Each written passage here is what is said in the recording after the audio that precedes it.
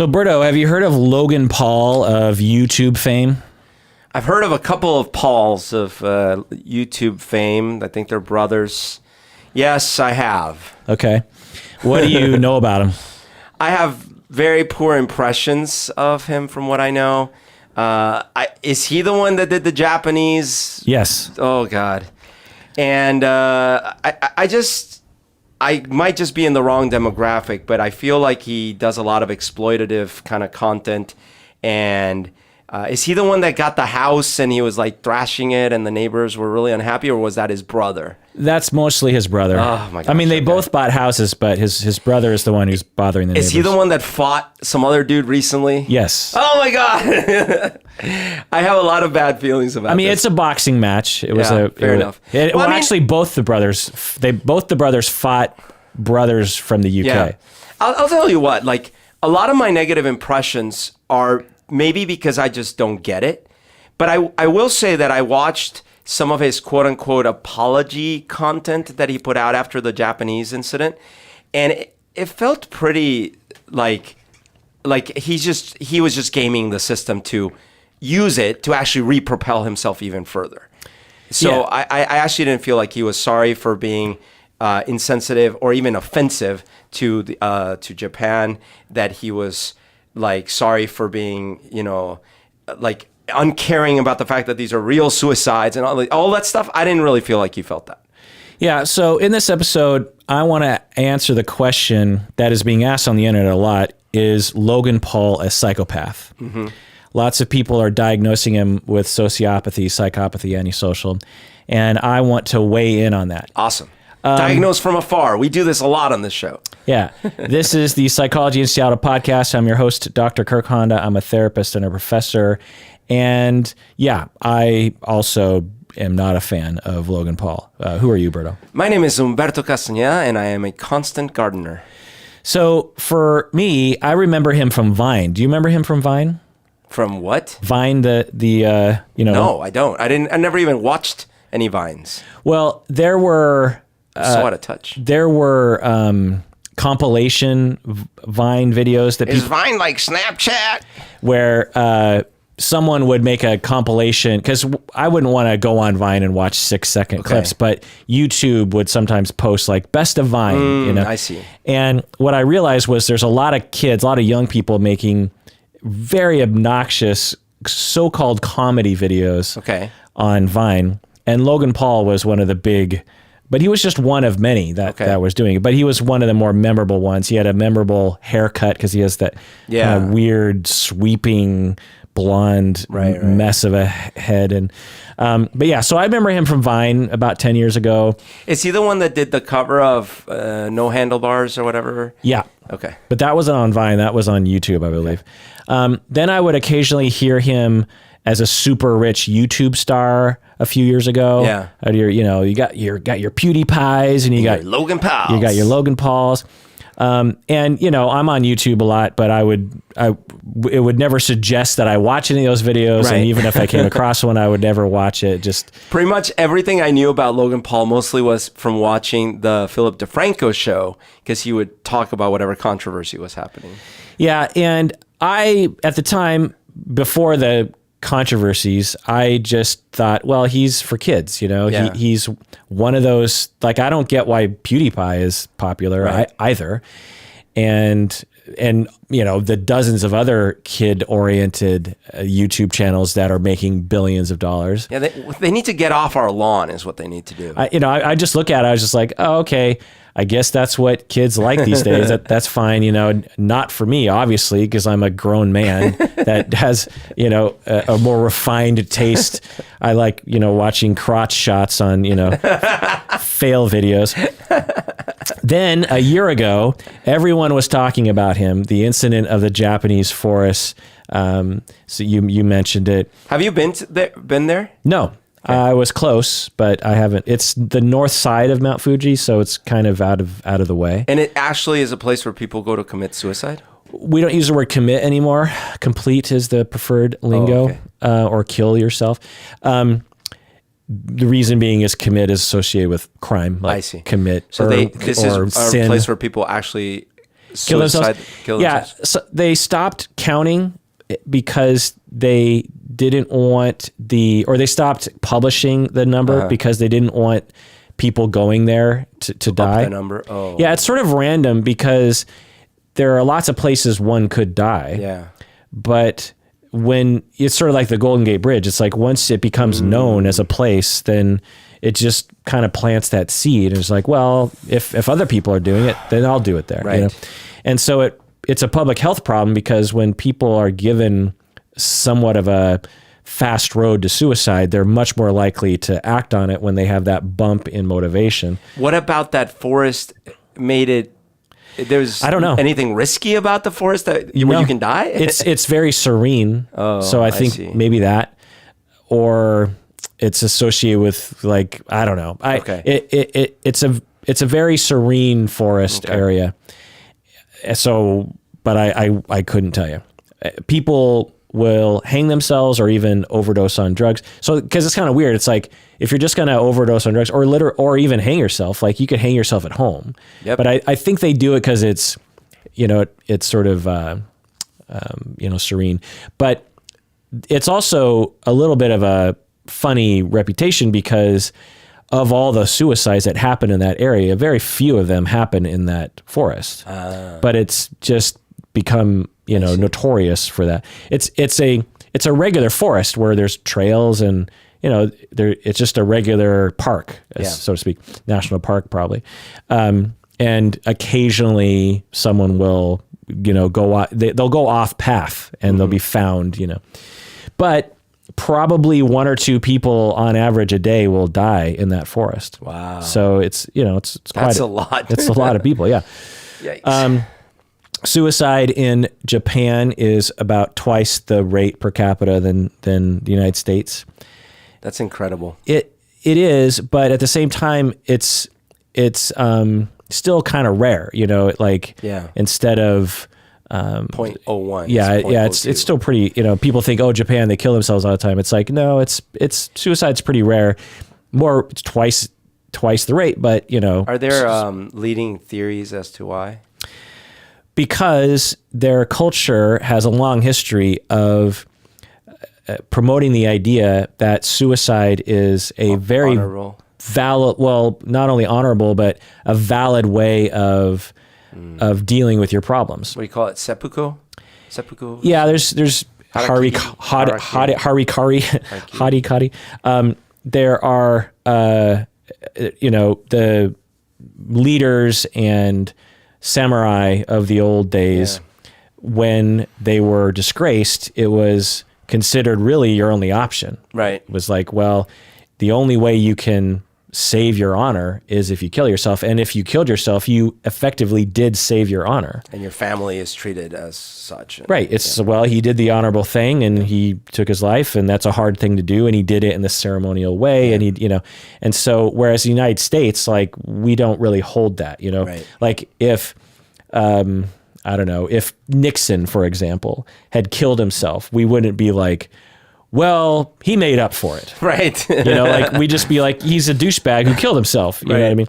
Whereas in Japan, and mores are changing, suicide's becoming, it's seen differently as we move forward. And it's a very pluralistic society with lots of different ideas. But anyway, that's the reason why. And Japan tends to not be very cutting edge when it comes to mental health or talking about your feelings. And so there's a lot of really struggling people who feel like they don't really have any other avenues, But anyway, so he was in Japan. So, well, we'll get into the timeline in a second, but so I remember him a year ago, and I remember seeing all the hoopla about it and being a little curious about it, not really knowing that much about it. I remember I actually watched the video in question. I didn't watch the video because I didn't actually want to see a dead person or whatever, but I did watch the clips of him being offensive in the video. And I sort of felt like the biggest problem was his racism on display in the video, even more so than him being disrespectful to the dead body. And I mean, from the perspective of like, well, the dead body was dead and it sucks for the family, but he's also being in general disrespectful to the whole culture. Absolutely. Now, then over the past year, a lot of patrons have been emailing us, asking us to talk about him and weigh in, because there's a lot of talk on the internet as to, is Logan Paul is he a sociopath? And other internet celebrities have come out hard, and there's even a mini documentary made by another guy. Yeah, one of the top huge YouTubers. What's his name? I don't know, but he's been giant for a long time. He's like the other PewDiePie, essentially. But anyway, so caveat, as I always say, whenever we go into this sort of thing, I cannot diagnose from afar. Not only is it unethical, but it's Shane Dawson. Not only is it not ethical for me to diagnose from afar, but it's actually not possible. When we talk about sociopathy, psychopathy, antisocial personality disorder, as with any personality disorder, I need 5 to 10 sessions with someone who is willing to talk with me and forthcoming with me in order to begin to understand someone's personality well enough to be able to make a call as to whether or not someone has a personality disorder. So there's no way I can say for sure. So you're guaranteeing your diagnosis is what you're saying. Yeah. And the only data I have is from the internet, and most of it is from his own channel, because there's not a lot of other sources of data that will give me reliable information about his behavior and personality outside of his own channel. So that's most of the data I have. And, that's not a substitute for 5 to 10 sessions at my office with a willing client. Now, would it be okay if, say, Donald Trump diagnosed someone like Shane or whatever this guy is from afar? Yeah. Having said that, long story short, given the data available to me and given his own statements about having sociopathic traits, which he actually talks about in a number of episodes, he's like, I have sociopathic traits. I would speculate that if I had a chance to fully assess his personality, I might find that he was about 10 to 20% on the spectrum of psychopathy or antisocial. Yikes. What was I? You are not on you're probably like a 3% on the psychopathic. Oh no, it was the narcissism Yeah, thing. you're like what did Wasn't it like 12% or something? No, Emily said you were 30, I think. 30? Or 20. What? Well, I'm 5, so I better be much higher than that. No, just kidding. Maybe you were 15. It was like 15%. Yeah. To me, you're more like 10, but yeah. Anyway, so with Charles Manson being 100% psychopath, antisocial. Wow. But I would say he's actually more on the spectrum of narcissism. I would say he's about a 30% narcissism spectrum, which is double your narcissistic traits. Double. And if you want a full explanation of narcissism, become a patron of the podcast and get access to my 10 or 11 hour deep dive on narcissistic personality disorder. Jeez, you must be full of yourself. Go to patreon.com.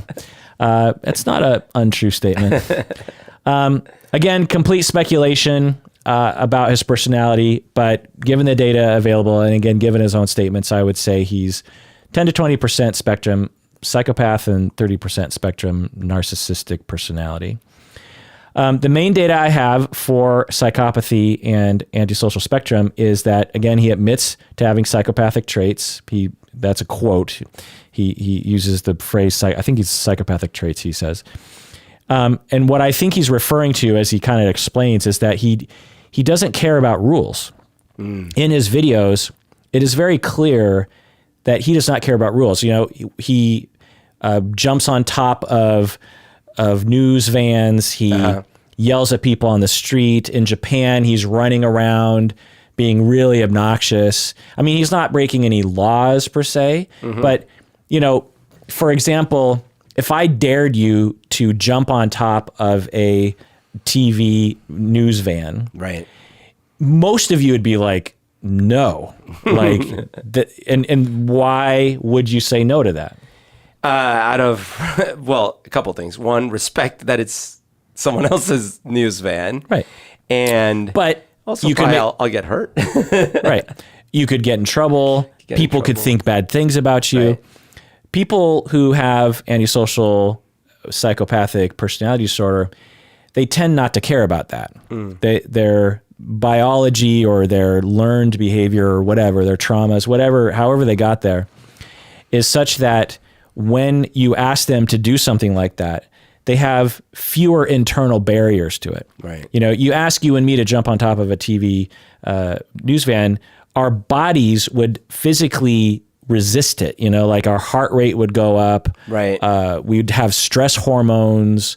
We would be like, even if you gave me, I don't know how much, you know, like how much money would I have to pay you to jump on top of a van? At least $2. No, I'm just kidding. I mean, I don't know, like a news van, like where am I jumping on this thing from? Well, it's on the side of the street and there's a big crowd around and there's a TV and I'm going to like climb up on top of it. And people are filming you, the TV people. Oh my gosh, it's going to get out. Yeah. Jeez, I don't think so. Like I need to retire after this. Like, give me $1 million or something. Right. Yeah. It's a big threshold there, you know? Yeah. But to him, he did it, pretty easily. Yeah. Now you can make the argument that this is how he makes money. Yeah. He does get $1 million. He actually might have made $1 million from that video. But there are a lot of people where even if they were like, you know what, if I do this, I'm going to get content, I'm going to make money. A lot of people without psychopathic traits would be like, I still can't do that. There's just too much about that bothers me.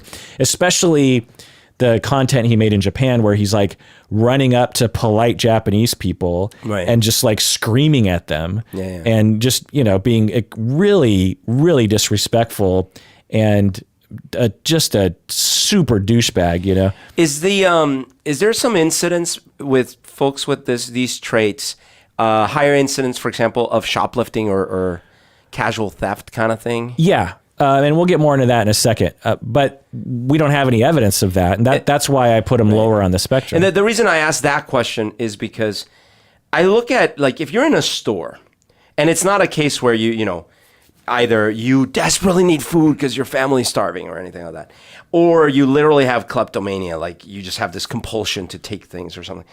But you're sitting there and you're like, I like that. I'm just going to take it. There has to be some amount of like, I don't give a shit about neither the consequences, nor about the people who this belongs to, nor about this store, nor about, you know. Well, maybe another way of looking at it is that let's say you are kind of hard up. Like you're 22 years old and you have a, you know, low paying minimum wage job and there's no way you're going to be able to afford a fashionable, semi-fashionable pair of jeans. Mm-hmm.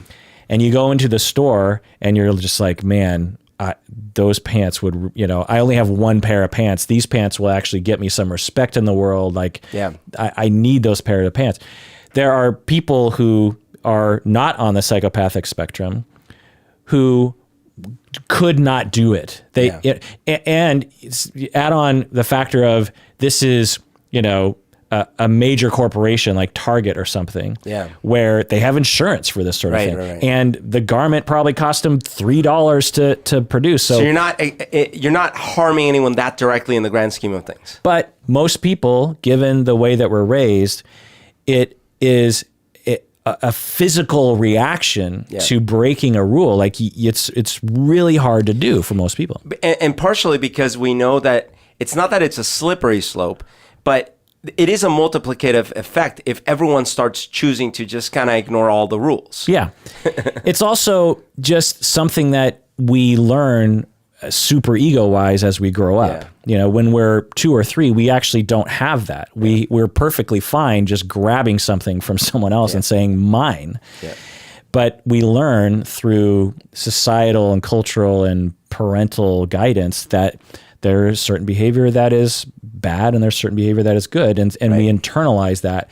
And for people with psychopathic antisocial traits, they did not internalize that, or no one gave it to them, one, or their personality had developed or their disposition was such that they weren't available for internalizing that. You know, one example that comes to mind is when I was growing up in Colombia in the 80s, the city of Bogota had an incredible trash problem. There was trash everywhere. There's garbage all over the streets, everywhere, just tons. And when you looked at people's behavior, people didn't have an internalized response to not throw things on the street. In fact, the common behavior was you finish that whatever you're eating, that wrapper goes on the street, and no one would correct. No one would say, "Hey, put that in a thing." I love this example because if you said to an American, particularly in Seattle, this person has 95% of the time when they have garbage in their hand, and there's even a garbage can within 50 feet, they just throw it on the ground. You would say that person's a psychopath. Yeah. But it's all contextual. It is, yeah. So we have to take Logan Paul's context into consideration. We can't look at his behavior and say, he published a video of a suicide victim and giggled about it. If you just said that, you'd be like, wow, that sounds pretty bad.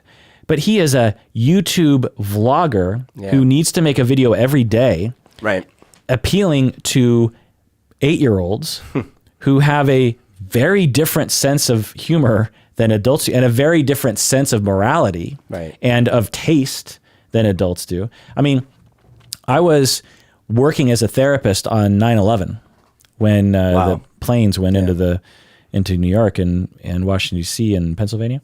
I was so afraid that day and so scared, demoralized, shocked. I mean, it was, even though I'm in Seattle, you know, one of the farthest points in the United States you can get away from it felt like, you know, terrorists are going to kill me and my family within any day now. Yeah. Like it just felt so, it was like, wait, what? It felt like it could get to you. They're everywhere. Yeah. Like if they're there, they're everywhere. They've been, you know, where else, you know, our borders are open, you know, people can, and da, da, da. So it was terrifying. And I know our borders aren't really open, but you get my meaning. Red Dawn. I go into a therapy session because I'm working with a family, and the kids are kind of gabbing at the beginning of the session, and they're like, oh, I wanted a plane to run into our school so we could have the day off, but lo and behold, I mean, I didn't say lo and behold, but of course, you know, the planes decide to hit New York instead of our school. I mean, come on. Oh my God. I wanted to strangle these kids. But this is normal. Yeah. Kids don't have the moral development. We know this. We've studied it, as adults do. Right. So when you are creating content for tweens and younger, which Logan Paul is, you're appealing to a different set of morals and a different set of sensibilities. Now, Logan Paul in the video didn't kill the guy because most of the kids probably wouldn't have liked that. Yeah. What he did was something extremely distasteful to an adult sensibility anyway. But again, you and me, you couldn't pay us enough money to make a video like that. Even if someone came along and said, look, 8 through 12-year-olds are going to watch this, you know, 100 times and share it 1,000 times, and you're going to get paid maybe literally $500,000. Yeah, nope. I'd be like, geez, that sounds like a lot of money, but no. There are lines for everyone, and you know there are lines that we don't cross for a variety of reasons. And certainly, you know, when you're like, "Hey, if you push this button, we'll give you $1 billion, and 1 billion people will die." Yeah. Most human beings would never take that. Yeah. The other context is not only was that the decision tree of like $500,000 if I do this and not $500,000 if I don't, is that he had been, since the age of 10, making content for the internet. Yeah. And he was 22 at the time. So, and it was getting more and more sensationalized. Yeah. And the train was sort of running off the tracks in various other ways at the time. So it wasn't like he woke up one day, like he was making cooking videos, and one day he decided to go into the suicide forest. Right. There was a very clear kind of slippery slope that he actually talks about, which I'll get into. But anyway, so the main data I have for his 10 to 20% psychopathy spectrum is that he admits to having it, and that he clearly has the ability, really, the rare ability to circumvent rules that most of us would just be like, nope, I don't care how much you pay me, you know? Right. But he probably doesn't qualify for the full-blown psychopathic personality disorder or antisocial personality disorder, because there's an absence of behavior that is found typically among people with full-blown disorders, which I'll get into in a second. And this is what the internet really gets wrong. I mean, the internet most people on the internet that I'm finding are like, oh yeah, he's absolutely a psychopath. He's absolutely a sociopath. And to me, it's like, one, you're not a clinician. How are you making such a claim? Right. Two, you really have no idea what a real psychopath or sociopath looks like. Just because you don't like someone doesn't mean they have a personality disorder. Right. Just because someone is doing something weird or distasteful to you or disrespectful does not mean they have a personality disorder. Personality disorders are really quite complex conditions. He literally gets paid to be obnoxious and to make these choices, and he is continuing to make money. Right. So as with Trump, when he does things, you can't necessarily tease out, like, is this what he's doing naturally, or is he doing this because he actually gets rewarded by millions of people for doing such a thing? It's hard to know. Right. Which I'll get into more of that data later. But anyway, I wonder if one of the signs is when the behaviors continue even when the consequences are negative. Right.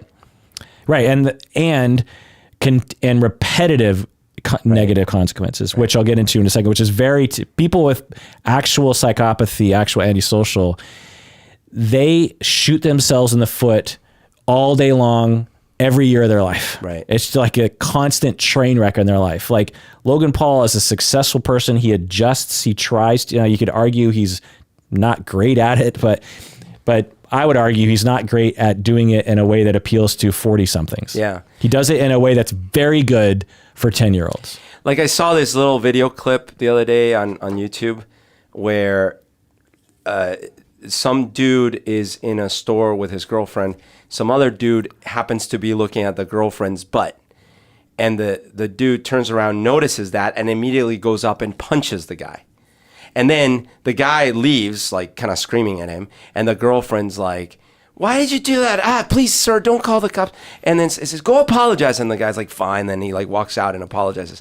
Now, I don't know if the guy's psychopathic or whatever, but clearly that's a guy who has got a lot of trouble controlling his reactions in the moment. Right. And that could easily landed him in jail. Right. So that's shooting yourself in the foot. Right. Yeah, exactly. Yeah. Now, what about narcissistic personality spectrum?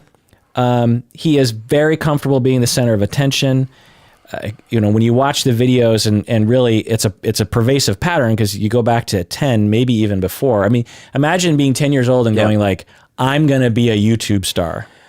Right. So I mean, I do wonder if a lot of child stars in TV, movies, things like that, end up developing traits that are narcissistic. Well, or you know what I mean? Yeah, because you get love and attention through that if you start too early in life. And you probably had them to begin with, which led you to that. Because you grab 100 10-year-olds, I would say 90 of them would be like, fuck no, I'm not going on YouTube. Like they'd be scared. They'd be terrified. Yeah. Or you'd put the camera on them and they just, climb even up. If they wanted to do this, so they wouldn't have the creativity. Right. At 10 years old, he was doing funny things. Like he was doing prank calls and stuff. And again, prank calls. Okay. So you're 10 years old. Right. You're making prank calls and filming it and putting it on YouTube. Oh, like when I was 10 years old, I would do or 8 or 7, I would do prank calls too. But it was so hard for me to do them. Right. And it was so viscerally scary that I probably prank called, I don't know, a handful of times. And I can actually remember 3 of those times as a kid. I wanted to do it, but most of me was, to him, it just looks like it's just another day for him. Right. So at the age of 10, he already, and they often do, have some psychopathic traits. I'll get into most of the traits of psychopathy he does not have, which we'll get into in a second. But anyway, getting back to narcissism, he was also a star wrestler and a star football player. So this is very common to people who develop narcissism as a way of coping with life and their family. When you are not given enough love and attention, you figure out, oh, if I'm the star, if I'm gregarious, if I get a lot of attention, if I'm good at things, then I will get love and attention. And so it just creates this feedback loop of reinforcing that behavior. You get better at it and You strive for it all the time. And so I don't have much data on that, but he fits a very common profile of someone with narcissistic personality traits, not the full-blown disorder, but with those traits. Like I said, I'm 5%. I was a star wrestler. I was a star football player. I was captain of the wrestling team. I was captain of the football team. I'm narcissistic just for mentioning that, by the way. So you seek out some of that, like... Yeah, you get... you learn that when you do those sorts of things, it fulfills a certain need and you become a little bit thirsty for it, and so you sort of orient your life in a narcissistic manner. So I have a question about, there's an age in junior high, maybe high school, where some portion of kids seem really cruel to, like, really uncaring, but actually cruel to other kids. And that's, where they're doing like wedgies or I remember in Colombia, there was a time where one of the things they would do is they would grab a broom and slip it under your legs, and one guy would have the broom end on one side and the other guy would have the other one, and they would both lift at the same time. So the guy who they were doing this to would, if they don't put their hands down, it's gonna slam into their nuts. Oh my God. And they'd have to like jump up and like try to like, and it was like, why are you guys doing this? Or they would chase kids around to try to give them wedgies or stuff like that. Yeah. Or talk crap about people or right. And I never understood, like I always remember watching these behaviors and I'm like, why are they doing this? Like I could never get like, why do they think this is okay? But B, what are they getting out of doing this? One, it's hard to know, but two, there are people who are oriented towards mean behavior as a way of asserting their self-esteem somehow.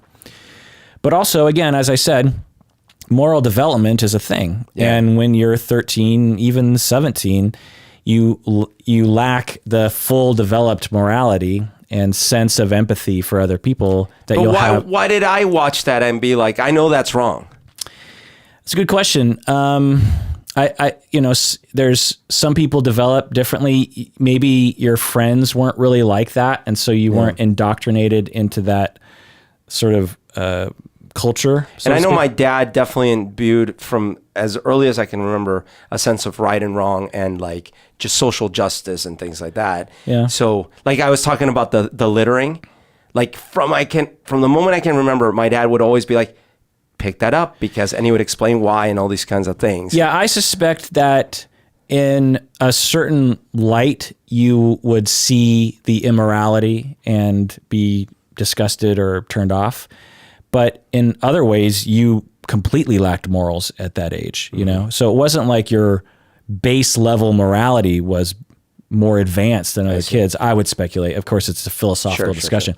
Sure. But I would say that your parents just really taught you well in that way. And some types of behaviors would ring out, but others I might not notice. Right. Yeah. Well, certainly, because, for example, I preferred lying to my dad when I would get in trouble other than face the consequences. And clearly that was not the right moral choice. Right. Other things regarding his narcissism is he even talks about in his videos that he's, especially this past year, because he's become more self-disclosing about his personality after the Japanese incident. He talks about how he's super concerned about people liking him. And after the Japan video created a big backlash, he talks about being devastated that people didn't like him. And he admits to having a tremendous drive to make people like him. And it's clear that he's like this every day, all day long. Oh, okay. Because he makes these videos, every day, all day long. He needs that narcissistic supply, and there's a supply waiting to be given to him, Now, you could argue that every artist who creates anything is trying to get narcissistic supply, which you could make a valid argument for. So it's not like he's any different from any other artist. Sure. But he, seems particularly driven, shall we say, to meet his narcissistic supply. But I did notice that at the time he put out, so he went dark for maybe, I don't know, a couple weeks or something like that. Yeah. And then he put out this video that was sort of like an apology / paying paying socially for what he did. But that one I did watch, and I also saw some commentary on it. And my feeling of it was that he was figuring out what check boxes he needed to check in order to like kind of move past this thing. Yeah, I agree. There were a number of apology videos or discussions that came out over the past year. And the first one was, it's just hard to know exactly what's going on in his soul. Yeah. Because imagine you have millions of followers. Right. And you're 22 years old and you're kind of immature to begin with, you know? He's like a young 22, right? He's probably like a 16-year-old version of a 22-year-old, you know? Because his adolescentness has been rewarded by the world, you know? Right.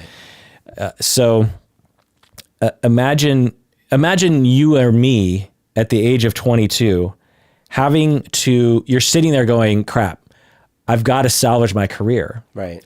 I've got to come out with a video that feels spontaneous. Yeah. And feels sincere and looks good to 8-year-olds and 42-year-olds. Right. I've got to, how do I write? Because you have to essentially write something, or at least figure out how you're going to improv it. You have to figure out the vibe that you're going to do it, because it's going to be unnatural. Because if you just walked up to him, you know, a week later and been like, how do you feel about it? He would be natural. He would express this, and you could have a conversation over the span of a couple hours or a few days or something. But he knows he's got to make a video that spans 10 minutes or 20 minutes or something. And he's got to think about how his hair looks and what's the background going to like, what's the lighting, what's the sound. You know, this is a production. And imagine you're 22 and you have no guidance. You're just a dude with a few friends who don't know much about this sort of thing. You've been flying by the seat of your pants your entire career so far. That's a tall order. He's not a writer. He's not a content provider. You're a kid at that point. Yeah, he's not a content provider that's sincere. He's a content provider of goofiness. Yeah. And so the fact that the video came out a little weird is not a surprise. That's totally fair. Yeah. I guess in my mind, here's some comparison examples. Imagine there's a comedian that is on stage and says a joke about how, you know, all women are dumb and inferior to men. Okay. Take Seinfeld guy. Yeah, Kramer. Yeah. About, I forget what it was, but it's some racist rant. Yeah, black people, yeah.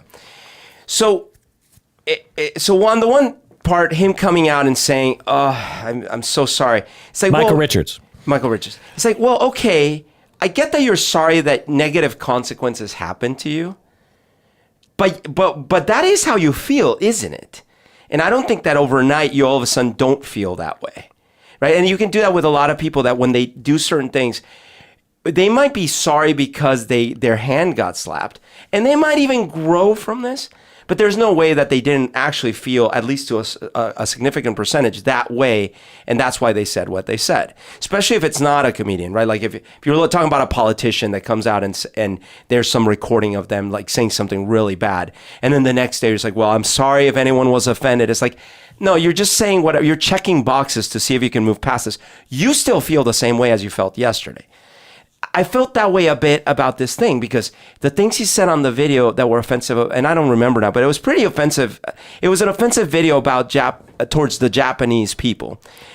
I was like, I get that you're a kid, but you didn't just change your mind about how you felt about this. It's just that your hand got slapped. Right. And I expect nothing else. It's not like he had a therapist to talk to or any guidance.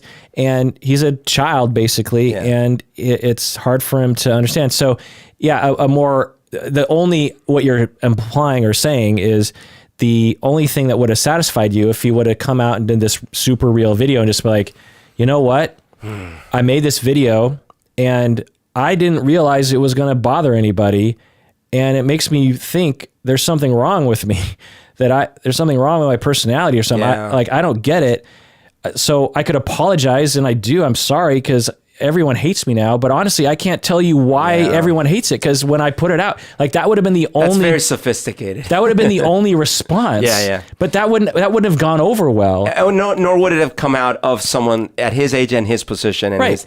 Yeah. Because what he thinks is, well, this is a career move, and like a politician, like, a comedian, these are well thought out career moves. Yeah. Like when Starbucks gives a bunch of trainings about, diversity and inclusion and publicizes that event well. Is Starbucks doing that because they truly care about diversity, or is Starbucks doing it because it's a good marketing move? It's both. Yeah. Or it's definitely a marketing move. You can't do anything in business without thinking about, or at least if you're smart enough, the optics of it. Yeah. So if he has any smarts, which he does, because he's among the literal millions of other kids who have tried to do what he has done, he is one of a handful of people who has succeeded. Yeah. If he's smart enough, which he is, he thought about the optics of what this is, but he is not a professional apologizer. He's a 22-year-old goofball, like I said. And so the fact now, subsequent videos have come out where he's talked about it more and more. Okay. And each video that I watched, I saw iterative maturity. He's now he's 23. Yeah. So he's not like he's massively more mature than he was a year ago, but I see growth in him. He still has a long way to go. Now, I have treated people his age, and I would not expect them to be at the maturity level, at the empathy level, at the wisdom level that they're going to be when they're 45 or 65. Absolutely. And the thing that I'm realizing as we're going through this is, when in history did a 21-year-old have a forum that wasn't pre-scripted for them to come out and say whatever the hell they wanted that had as much reach immediately? Yeah. Because the closest would have been in some late night talk show, someone said something a little off that garnered some negative press for them, right? Or a child or a young actor that was on a hit show like The Cosby Show did something untoward when they were at a restaurant or something. Right. But that wouldn't have had the reach. Right. But this is someone with no director, no script writer, no nothing. It's their own show, their own decisions, with only other kids around them. Yeah. And yes kids, by the way. Yes kids. But saying things that immediately go out to millions of people. Yeah. And that's unprecedented. And he did the Vine thing, and he did the YouTube thing, then he did the Vine thing. Yeah. And the Vines were, 6 seconds. So it's not him editorializing. Right. It's him jumping off of a garbage can and hurting himself. Then he goes on YouTube and he starts making these comedy videos. Yeah. Then about 2 years ago or a year ago, maybe 2 years ago, he makes this move of like, well, if I'm going to take this to the next level, I'm going to do a daily blog. I'm going to do a vlog. So I have to create content every day. Yeah. So that's really going to stretch your creative limits. And you're trying to one up yourself. And yeah, you have to constantly do new things. It's probably what Logan Paul thinks about from the minute he wakes up until the minute he goes to bed, which is, how can I keep this content train rolling? Right. Because if I can't, I will lose money. Well, and then there's this thing where, imagine how many things that we did or said when we were young, if they were on video and shown to millions of people, that we would at least have to severely apologize for, and could be ruinous to our career. I kind of have that, not published, but I had a video camera when I was 22. Right. And I wouldn't want a second of that to be available online. Right. And yeah, I would have made, every other minute I would have had some gaffe. Like, for example, me and my friends in high school, we made this little video that at the time, Cops was a big show on TV. Oh God. And we made one called Minority Cops in Tacoma. Now, we were all minorities, right? Like me, most of my friends were Asian, I was Latino, all these things.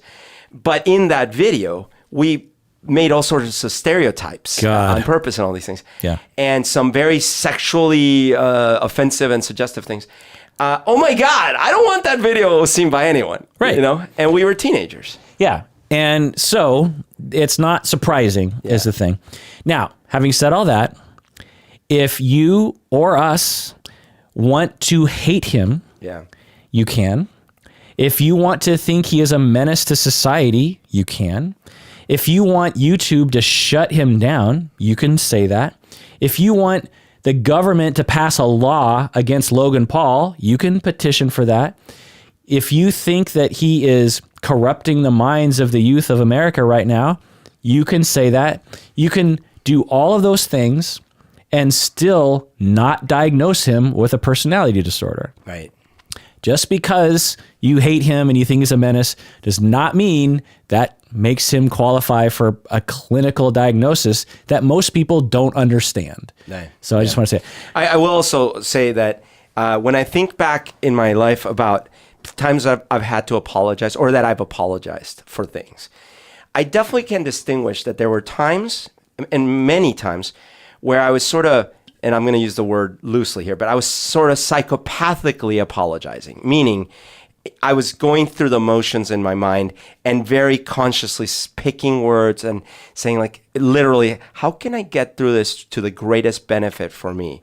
Whereas there were times where I was like just honestly humbled and I was sitting there going, oh my God, I have totally messed up. And I would assume that the latter reaction is more prevalent as you aged. Yep, absolutely. You got more mature, more empathy. Yep. You had more experiences and cataloged them as being harmed. And when you harmed someone else, you're like, ooh, I know what that feels like. Yeah. When you're 22, you have not cataloged those things. You haven't internalized those things. Right. And especially if you haven't been taught, because I don't think his family is quite the best healthy environment. But anyway, let's take a break and then let's really go through the criteria for psychopathy and antisocial. What do you say, Berto? Let's do it.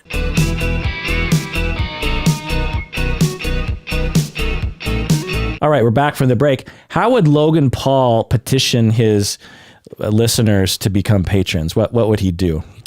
Something like fireworks go off in the background. He bungee jumps down from someone else's helicopter that he doesn't own or rent it because he stole it. And he shaved his head off. It's like he shaved his famous hair off. Oh, I don't think he'd ever do that. But he has. That's just it. Oh. And he's going like, patronize me or else you're dead or something.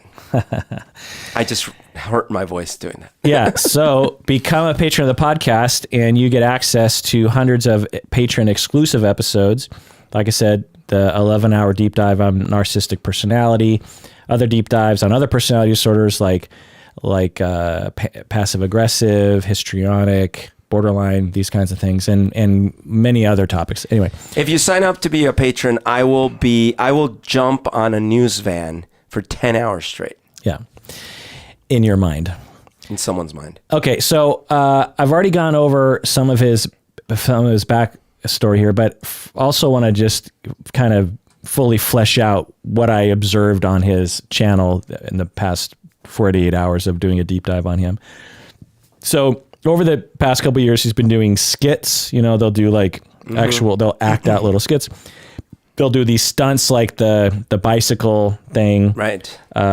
Where, essentially what I imagine it was, he woke up in the morning, but wouldn't it be funny if we hired women actresses to be a bicycle and then I rode them, and it became across as misogynistic because guess what? He's a white, blonde, blue-eyed kid from Ohio who probably doesn't really understand the politics of feminism and of oppression of women, or might even think it's sort of funny at the time or something, as a lot of 22-year-old douchebags will. Right. He does celebrity stuff like he'll like Kim Kardashian stuff, like he gets into an exclusive club or he's on stage or because he's massively famous. He's huge. Yeah, I mean he can show up to a live event and there will be tens of thousands of kids just like blocking the streets. Like he could just be like, I'm going to be at the Fifth Avenue Theater outside on this time, and the entire, several blocks will just be completely cut off from the congestion of young children being there. He'll meet celebrities, like he met Stan Lee, and he talks to a lot of people like that. He likes to jump off of things, like lots of stunts. That's his thing, jumping off? A fair amount. He actually jumped, or he was trying to do a dance on a table in a mall, I think, and trying to evade the security guards or something. And he fell on a chair on his nuts. And he went to the hospital a few days later. This is all reportedly from him. And they had to, I think, do surgery. And he claims that he's missing 15% of one testicle, which sounds like a weird thing to have happen. But anyway, he has a lot of, he does a lot of things, sort of jackassy kind of stuff. He likes to show off, like buying things. Like he has this big home in LA. He has Rolex watches, and he has like cribs kind of thing, Lamborghinis, and there's a lot of unboxing of things. He does a lot of just like super, even when he's just sort of mildly talking to the camera, he is screaming and running around. Like he'll just be talking about the most inane thing, but he's just like, so his energy level is super high. Yeah. Cause again, that's what 8-year-olds are looking for, He started his own clothing line. He'll give advice sometimes. Like this is when he's not screaming at the camera, sort of don't give up kind of videos. He's recorded his own music, hip hop, rappy stuff, and he'll do videos for that. In fact, his most famous or most watched videos, from my notice, was his music videos. He's like very buff too, or like in good shape or something. Yeah, he's a buff guy. Presumably works out a lot. He does product placement. Like he did a famous one about color blindness glasses. Did you hear that one? For real? Like, yeah, like, really? I don't know if it was a product placement, but it's sort of a famous Logan Paul, I didn't know. Sort of embarrassing thing that he did, in that he suffers from some color blindness, and he put on the color blindness glasses and he looked at a sunset and he like started to cry. Oh, but it was so clearly fake crying or pushed out crying. Oh yeah. Why would color blindness with, because I've seen those real stories of people that could, like a baby that could hear the mom for the first time. Right. It's sort of someone like that had an operation and could like see color and stuff like that. Right. It's like that. And I'm sure he was aware of that trope. I see. And was trying to pull on those strings. That's extreme. Like, well, you have to watch it. Again, he's great at jumping off of things and ruining his testicles. Like, he's very good at that. He's not so great when it comes to these other avenues that he's got, like trying to apologize or trying to create like a crying moment, And by the way, I've looked into these color blindness classes. I don't have color blindness, but I've looked into the science on it, and it doesn't cure your color blindness. It just brings out certain colors that you might, anyone puts on tinted glasses, you're going to see the world slightly differently. And there's some, the glasses kind of work, but not really anyway. Because isn't the point to help you distinguish the colors so that you don't think? I think that's what the technology is. It just helps you to say like, oh, green is a slightly different shade than the red, but you're not actually seeing red or green. Right. It just but it actually will cancel out other colors in the process, anyway. He does pranks, like he filled his brother's pool with slime. That episode is really stupid because the episode starts off like prank, fill my brother Jake Paul pool with slime. And I'm thinking, wow, that's actually kind of funny. Like, to imagine trying to clean that out. Yeah. You'd have to, I don't know, get a bulldozer or something. So they got all this slime powder and they just dumped it into the pool. And I'm waiting for the slime to be created, but it just turned the water green. Oh. So then Jake Paul comes out and he's like completely freaking out. He's like, what did you do? Whoa. And everyone's like, this is so funny. It's a prank. And I'm like, one, it's not slime. Right. Two, it's just green, and it's not even deep green. It's just sort of a tint. Like they didn't have enough of the powder. You know what I mean? Yeah. And so it's like, that's the kind, but again, if you're 8 years old, it's hilarious, because you believe stuff like that. millions of views for each video. Millions, right. like he'll have videos with, I don't know, 100 million views or something, or, That's crazy. I think his typical video will get, I don't know, 500,000 views or so. He probably makes about $10 to $20 million per year just from YouTube alone. God knows what he's making from product placement and his own clothing line and all. Insane. Yeah. But guess what? He is not in the top 50 channels on YouTube, which was surprising to me. That is very surprising. I looked up at the top 50 channels on YouTube. Guess what the top YouTube channels are? So there's one that's this kid unboxing toys, right? Or unboxing and playing with toys. I didn't see that one. He's like, they make millions of dollars a month. I don't doubt that, but I don't think that one's the top 50. There's Shane Dawson is huge. I think Shane Dawson PewDiePie is huge. PewDiePie is number one. Number one still? I think so. Okay. Which is also odd to me. I mean, I get why gamers would want to watch him play games, but there's a lot of dudes who play games in an interesting fashion. And then there's a lot of females that do like makeup. None of those. So the big ones are Bieber. Only half of them are in English. There's this big one, Herman or something, Spanish. There's big ones in Brazil. I think the second most popular one was a Brazilian or a Portuguese channel or something. Hindi channel. There's a Hindi channel up in the top 3. There are Katy Perry's channel, Ed Sheeran's channel, things like that. Weird. And because I would have thought it was PewDiePie and Logan Paul, but PewDiePie is, but Logan Paul isn't. Anyway. Watching all of his videos over the past 48 hours, I have to say, has scrambled my brain partially. I mean, I after a few hours of it, I started to feel sort of sick to my stomach. There's something, even though I wasn't intellectually bothered by him. I was like, oh, this is what kids like to watch these days. That's fine. But there's something about the tone or the pace or the inane sort of content that I felt dumber after watching it. You know what I mean? Like it actually sort of affected my biology. Right. Well, there was a channel I used to watch when it was out. He stopped making videos, or at least that kind of video. I'm trying to remember what the hell it was called, but it was this guy that would talk about stuff in the mainstream media, like pop news and things like that. But it was so annoying because he would talk super fast and everything was chopped really fast, right? Edited really tightly. But for some reason I found myself watching it almost daily, and for a while he was the number one. Who are you talking? Are you talking about H3? Man, H3N3, that guy? Yes. Yeah. What was that called? I forget his name, but yeah, he in the early or late aughts, he had the top channel. That was the one.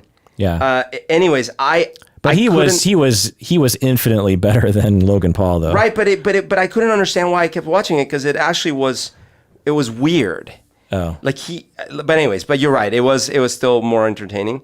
But there was something about it that the more I watched it, I felt worse about myself for watching it. Well, man, if you watch Logan Paul, it's going to be bad. Because I kept thinking, oh, well, he's a YouTube genius, so this stuff has got to, some of it's got to be kind of entertaining. Right.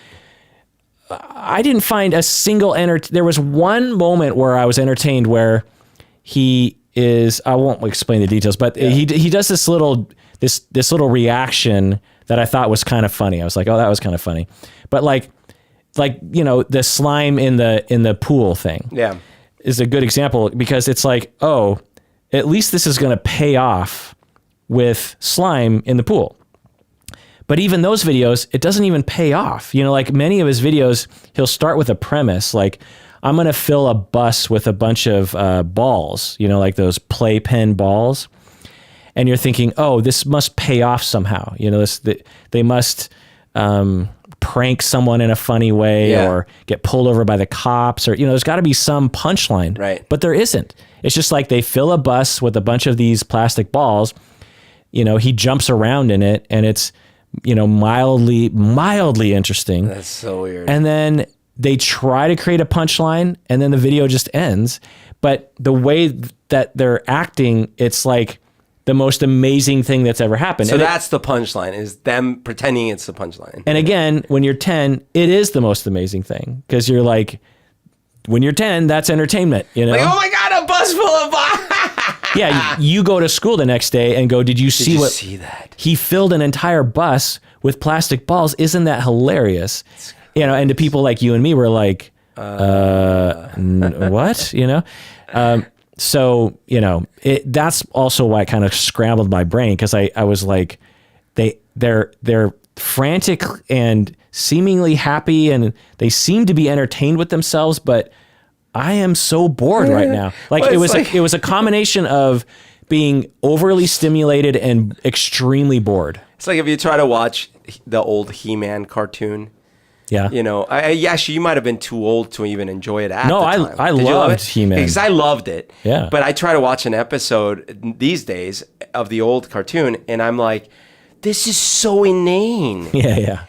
But, at the time. But when you're 10, it's the almost, we love the A-Team. Yeah. And, I remember maybe with the A-Team, or, maybe Battlestar Galactica in the 80s, I remember watching it, and I was the only one in my house who watched it. Mm-hmm. Normally, it's my whole family. We'd all watch Laverne and Shirley. We'd all watch Love Boat. We'd all watch, those kinds of shows.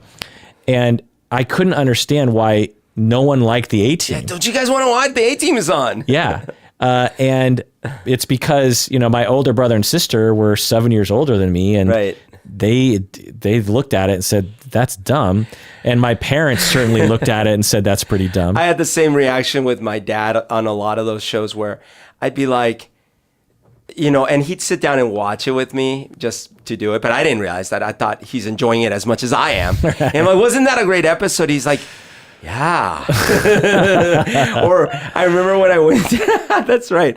I went to the movie theater and we watched, it must have been Love, but it's over now. No, I know. I fell into that one. I forget what movie it was, but it was an 80s movie, right? Where we watch it and we come out of it and I'm just, oh my God, that was amazing. What did you think? And I remember my dad being so underwhelmed, but he didn't want to fully. So he's like, oh yeah, that was pretty good. And I'm like, what do you mean pretty good? That was the greatest thing ever. Right. Yeah. I've seen that in kids when I go to movies with kids now. Right. I saw Battleship. You probably haven't seen it. It's awful. Okay. It's based on the game. No way. They made a movie about the Battleship game? Yeah, but it's aliens have ships, and you fight actual U.S. Navy ships. I see. And it's long and so dumb. It is so dumb. It's like, how did you write this thing? And I went with, people that were kids, and I was just like, I can't believe what is happening. Walked out of the movie theater, and I'm like waiting for everyone to be like, well, that was terrible, pretty dumb. Right? And the kids were going crazy. Yeah. Like, oh my God, that was so awesome. Remember when that happened and that happened? And I'm like, oh, I get it. Like, we have completely different tastes. Now, when I was your age, I probably would have loved it. Right. And that's why I think a lot of Star Wars fans don't like Episode 8. Because Episode 8 is geared towards our age. Yeah. Nuance and disappointment and guilt. And, whereas when we were kids, we loved seeing Luke triumph. You know what I mean? Well, and I think that's why Return of the Jedi had such different reactions between your age group and my age group. So I was just young enough to not only not be bothered by the Ewoks, but actually think they were kind of cute. No, I was 13, so I wasn't old. I wasn't too old. Okay. It's just as an older person, when I would look back and I would hear people criticize episodes 1 through 3 for being too childish, I was like, do you remember the Ewoks? Well, but I see, because I've had conversations with people that at the time didn't. They were like, oh, that's too cutesy. Oh, but no. When Return came out, to me, it was definitely on the same level as the other ones. And in a lot of ways it is. I mean, episode 4 and 5 also have, you know, when the Minox, I mean, that was a pretty dumb episode. But I have to say, like, on retrospect now, like, looking at it, I'm like, the whole Ewok thing was a little over the top, cutesy, and that whole battle was sort of silly and blah, blah. Whereas in Empire, the moments are there, but there are fewer of them. But so I can see if you were older at the time, maybe significantly older, like maybe a teen or in your 20s, maybe when you saw Return, it was significantly younger feeling than Empire. Maybe like my older brother might have felt that way.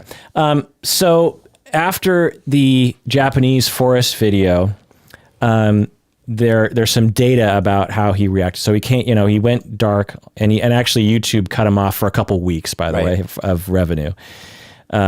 Which could have been like $1 million or something, who knows, but just a couple of weeks, because YouTube loses money too when they cut off his revenue.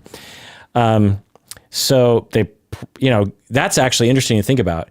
If, you know, Logan Paul makes $10 million a year from his own channel, Google has got to make like, what, 50 grand a year? Because they don't give half the revenue to the creators, right? Right.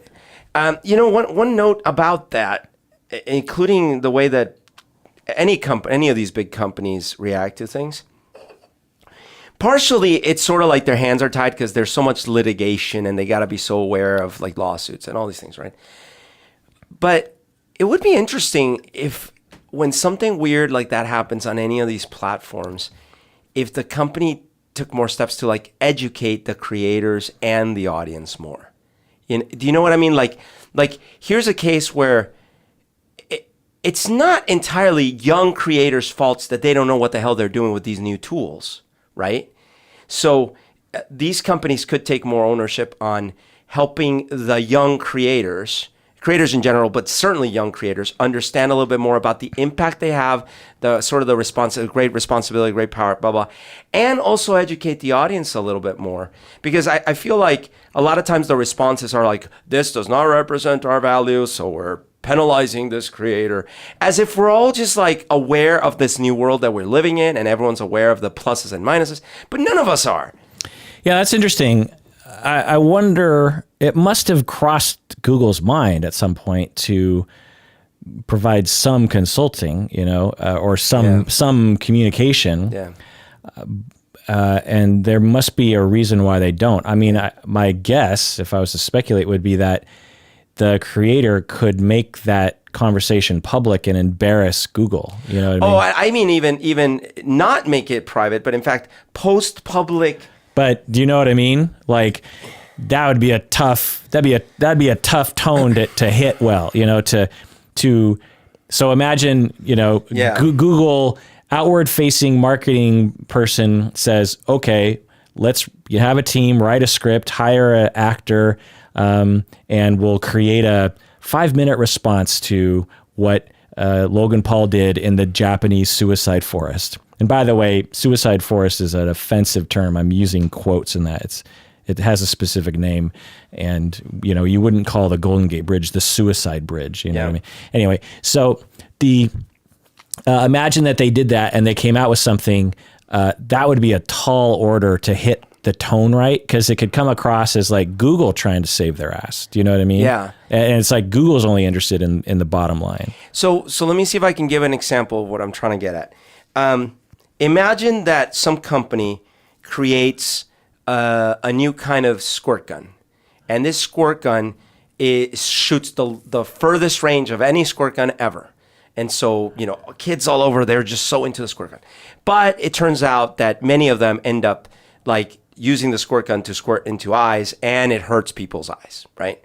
So there are at least two main types of responses that you could imagine the company coming out with. One of them would be, you know, hey, we have a warning on the package, and we publicly disavow anyone trying to squirt this in people's eyes, so we've covered our asses. Another type of response would be like, oh, I see. We created this thing, and it is being used by our target demographic in ways that leads to harm.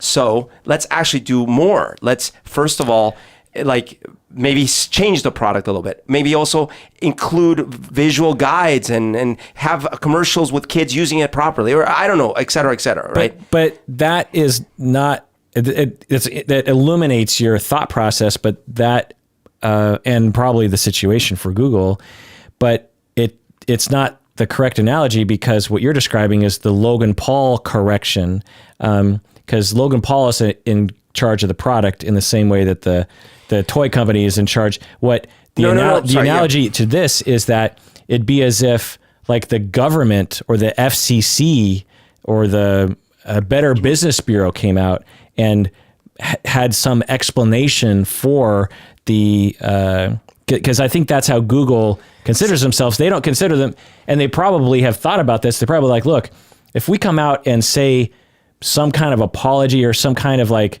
explanation or publicly, then we are basically claiming ownership over actual messages on YouTube, which we do not want people to, because we want YouTube to be a place where, you know, for the most part, people can, you know, within certain limits, can pretty much do a lot of different things. And so we don't want them to associate that with us. We want them to associate the platform with us, but not the content with us. But this is exactly why I picked that analogy, because I think of it as you've created a water gun.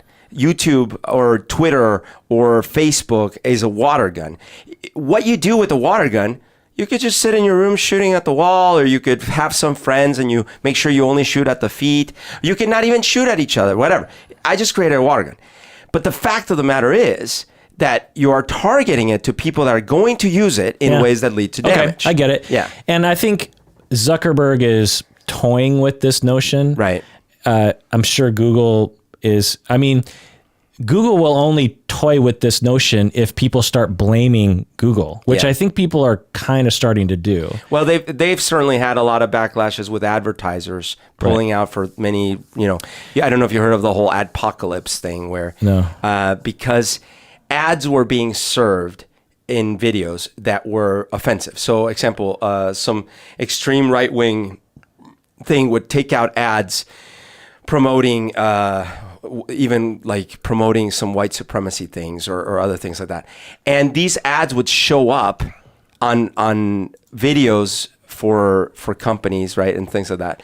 Or the flip side, there are creators creating super offensive content, and companies, normal companies like Dove or whatever, would have their ads show up before or after these videos. So then they're like, whoa, that's not what we signed up for, because now people are associating our brand with these super offensive things. And so a whole bunch of companies pulled out. Right. Like the entire video is about purity and washing the earth clean of brown people, and this Dove ad comes on. Right. So I think that I agree with you that I think this is something that these platforms have to think about. You know, it's tough though, because I have a libertarian streak that's just like, look, you know, Facebook, it's a company, and you know they're making profit, and if you don't want to use Facebook, then don't use Facebook. Or if you use it, you need to know that there are algorithms, and they're, you know, people are trying to make money off of you, and you just have to keep that in mind. But the problem is people don't know that. But so I'm a libertarian, so So I have that side of me of just like, that should be the way.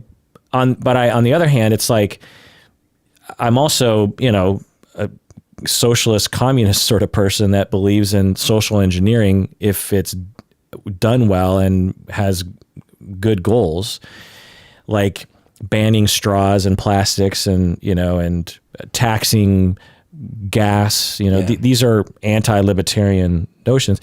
And if they're done well enough, you know, I think it is for the greater good, you know. Like, for example, in Washington State, in the maybe 1989 or something, they made it illegal to drive a car in Washington State without having a seatbelt. Yeah. I grew up in the 70s and 80s when there was no law about seatbelts, and the car didn't make a noise when you didn't have a seatbelt on, and no one wore seatbelts. Right. Like, nobody wore a seatbelt. For the first, 2 or 3 years of me driving a car, I probably never wore a seatbelt. Right. Because it was just not I'm not going to get in a car accident. You know, I don't plan on getting in a car accident. And if I thought back on my life, I've been, driving for 31 years now. I've probably never needed the seatbelt to be on. I don't think I've ever gotten it. I've been in a number of accidents, but they were very low miles per hour, Anyway, and by the way, none of them were my fault.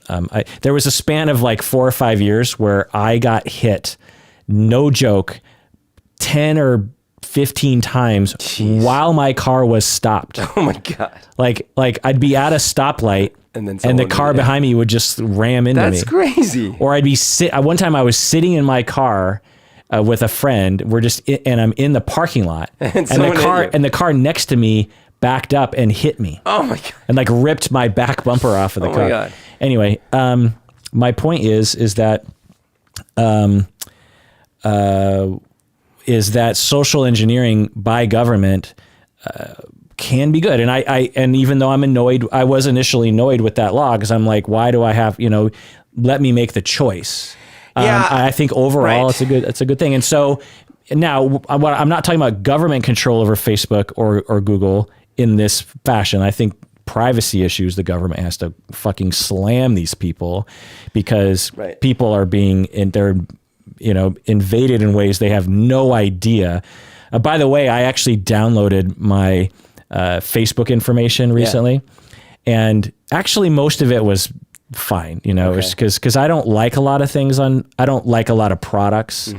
And it has to be categorized as something like a progressive adult male who is interested in expanding his life, or I can't remember the phrase, but I'm like, okay, fine. I downloaded mine too, and it wasn't that surprising. Yeah, none of it was. They didn't know where, because I don't have my location services on, so it didn't know where I was. Everything was. Right. I was like, oh yeah, I'm surprised they don't have more on me. Right. Because if they really wanted to, they could probably, So anyway, so part of the thing is, we've talked about this theme before.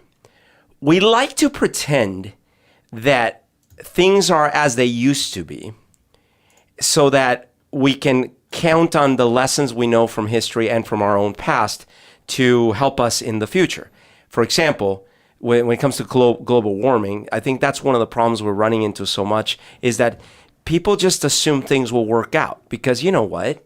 We've had problems in the past with this, that, or the other thing, and somehow we always figure something out, right? And so the assumption is some of the time, right? And I'm arguing with this hypothetical person. Some of the times it's because of massive government oversight. Right. But in general, I think what happens, like antitrust or making the cigarette companies, report honest science. Right. But what happens is us humans, like all animals, most animals, anyways. Our evolution has not given us tools for dealing well with rapid change. So when all of a sudden the climate changes from our normal everyday weather to 30 minus, if we haven't already developed technology to deal with that, we die off. When all of a sudden our food supplies go away, if we don't have ways to account for that already in our tech tree, we die off. This happens to animals all the time. It certainly happens to humans in extremes. And not only that, we are terrible at predicting trends that aren't like immediately linear, So we're sitting here going, oh yeah, these new tools, Facebook, Twitter, blah, blah, blah. That's just like what I had when I was a kid, just different. No, none of this stuff is like what any humans have had in any time in history, right? Never in the millions of years of like apes like us has there been the ability to type something in a little device and instantly it be available to millions of other apes, right? And let alone have that be then... And the reverse, to post something on the internet and have literally millions of people comment. Right. And express everyone give their opinions. Yeah. That's never happened. No. So we don't know how this works. And anonymously at that. Right. In some ways, we've gotten sort of lucky that we are adaptable beings, but these are uncharted territories. And so when someone makes a new tool that allows people to express creatively and all these things, it's fantastic. But it clearly comes with some side effects that we did not predict. Yeah. Like a 20-year-old being able to do whatever they want and have it be public immediately to millions. Right. And the argument that actually I don't hear a lot of people talking about is Logan Paul and other people like him harming children, with their influence? I would argue probably not, given what I know about Logan Paul's content. If I was a parent of a 8-year-old, I would probably not very much want them to watch it. But at the same time, I'd be like, I don't know, there's a lot of inane stuff on the internet as long as, kids understand there's a line between good and bad behavior. Yeah.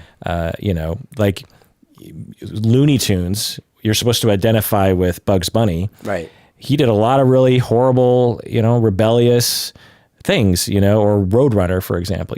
Like kids in general understand the difference between entertainment and reality. Well, and there's a big difference between this, and I think we talked about this before, but I'm assuming you heard about all the scandal with the YouTube content that was being engineered for kids, but it was completely like mind fucks, essentially. No. Okay, so this happened about a year ago.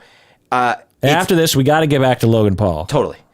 About a year ago, this happened where, and it's still a mystery, by the way, why this was happening and who was creating all this content. So all of a sudden, some reporters noticed that there was all this strange YouTube content that was being created, that was being shown to kids.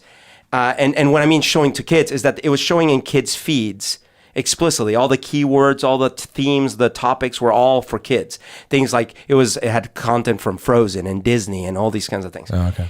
But the videos themselves were super disturbing. It had stuff like Spider-Man spanking Elsa and weird adult-child interactions that were totally not approved. Like really weird stuff. And no one knew where the hell. So YouTube went ahead and banned a ton of this content and added all new sort of safeguards and stuff like that. But it's really creepy that snuck through. And part of the problem is that a lot of parents would sit down their kid and you know how you can have autoplay? And so they would just sit and the kid would be there for a couple hours watching whatever came up. And a lot of this content was coming up. Yeah. And that stuff, can be traumatizing. And I know that it is hard to do this nowadays, but I believe that parents should be monitoring literally everything they are doing on the internet until the child is of age. 39. Yeah, if you're doing autoplay on YouTube for your children, there's no way the world is going to you can't depend on the world to filter. You have to be the one. When I was a kid, for example, it was really hard to come into contact with, bad material.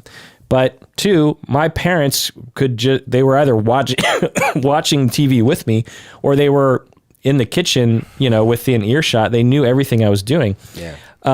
That is a good model of life. And the fact, again, that we have this new technology doesn't change that. Doesn't say like, well, this is the new life. What are you going to do? It's like, no, there are ways to monitor it. It's hard, and it would be a pain in the ass to have to combat with, especially like a 12-year-old who is already getting a little snotty, and all their friends have free access all the time. But it's a norm that we have to, I think, change. Last thing I'll say before I go back to Logan Paul, I remember when cell phones, first became ubiquitous for teenagers. There was a couple of years where schools were extremely strict about cell phones in classrooms. They would say, if I see a cell phone, I'm taking it. Yeah. And, kids, every class was like that. Our society felt that way. Parents understood. No parent would expect their kid to get away with being able to view their phone during class. Everyone was like, yeah, that's there's no reason why a, 8th grader needs to be looking at their phone while they're in class. Right. Seemingly to me, overnight, that switched, where now it's like the vast majority of reports I hear, it's like, well, you can't get in the way of kids and their smartphones. Oh my God. You just can't do that's insane. What are you going to do? Sometimes I see kids, they're texting and stuff, and You know, if I see too much of it, I'll tell them to stop it. You know, this isn't all teachers, of course, but, and parents will be like texting their kids while they're in class. You know what I mean? They'll be expecting this kind of thing. And kids will absolutely expect to be able to have access to these sort of things. And that's a cultural shift that we didn't have to do. We could have resisted that. Yeah. We could have said no, and we could go back to that. But what if we put implants on the kids that not only show us everything they're seeing, but filter out, like blur out offensive content? Archangel. So, getting back to Logan Paul. So after the Japanese forest incident, he releases this apology video, which is tonally not so great, but he starts to go back into content, and so if he was more mature or wasn't 10%, 20% on the psychopathic spectrum, he probably would have course corrected and had, more empathy or some kind of, better direction. But he continued to make offensive or difficult videos. Like, for instance, there's some famous ones. He talked about participating in the Tide Pod Challenge, for example. Oh my gosh. Which we talked about in another episode. There was, he has a pond in his backyard, and he found one of his koi fish had died. And so he pulls it out, and it's this big to-do. Now, the tagline people will report without watching the video, they'll be like, he gave CPR to a dead fish. Oh, okay. So that sounds like, that sounds kind of what? Yeah. But when you watch the video and in the context of all of his other videos, it makes total sense. He woke up in the morning and he's like, shit, what am I going to create content today? Yeah. And someone's like, I think one of your fishes died. And they're like, well, we could make that into a video. How about I am really sad and freaking out about my dead fish. And that's the premise. And you guys are there trying to help me. I'm distraught. Okay. And they improv it essentially. Yeah. And so he comes down and he's like distraught, and he's just like, and it pops into his head at some point during the obnoxiousness of his reaction. He's like, oh, I'll try to do chest compressions to bring it back to life. And he puts it back in the water, and he's trying to get it to breathe, and then at some point he puts his mouth to mouth. He tries to do mouth to mouth. Yeah. I think anyway. He definitely did the rest of it. Now, the tagline is he, did CPR to dead fish. But when you watch the video again in the context of all his other videos, you're just like, oh, well, one of his fish died, and he did it. And I don't know a lot of people that are super attached to that. Seems like the least offensive video I've ever heard of. Right. It's not really, but it's one of the ones that the media will identify. And obviously he's a psychopath because cruelty to animals, right? That's what when you're cruel to animals, psychopaths are cruel to animals. But it was the implication that he killed his own fish? No. One of his dozens of fish. Did I remind people that they boil lobsters alive for fun? Exactly. Exactly. Or shoot deer or bears or cheetahs or lions. It's just like, that's not necessarily psychopathic. It could be, but vast majority of people who hunt aren't. Well, it's clear. Yeah, like I was talking to someone the other day that is a hunter, or a fisher for that matter. Yeah, in this case, he's a hunter. Well, I'm sure he also fishes, but he's also ex-army, or like I think he's still active, or he's reserves or something. I don't know. But the point is, he's been in the military, and he hunts. I didn't once get the sense from my conversation with him about his hunting experiences that, oh my God, this guy loves killing and maiming and torturing animals. Yeah. It was just a thing he does, and he eats all the food he hunts, all the blah. Whereas you could imagine someone that actually uses that excuse because they love killing animals and even maybe not killing them fully. And, so you could absolutely see, but that's not the norm. Right. He also made a video in which the tagline is he tasered dead rats. Okay. Taser Logan Paul tasers dead rats. He's a psychopath. Who does that? Okay. But again, you watch the video, and again, I'm speculating, but they woke up in the morning. They're like, shit, what am I going to do today? Yeah. And they had a trap for rats and mice. to, kill them, as a lot of people will do. They kill rats? Right. And they found 2 rats that had been killed by a trap, I think, if I'm remembering right. They came across 2 dead rats. That's what I definitely know. And I think it was from a trap. And again, Logan Paul, he is appealing to 10-year-olds. He's trying to make the most obnoxious, quote unquote, funny thing. And his whole shtick, which apparently makes him millions of dollars, is to be over the top and goofy. Yeah. He is frantic, over the top, and silly. And so what he did was he saw the rats, and and I'm guessing this is what he said prior to the camera rolling. He's like, okay, I'm going to do the premise like the rats are invaders, and I'm trying to get them out of my house, but I'm so dumb that they're already dead. I don't realize that. I see. That's the joke. That's the joke. Okay.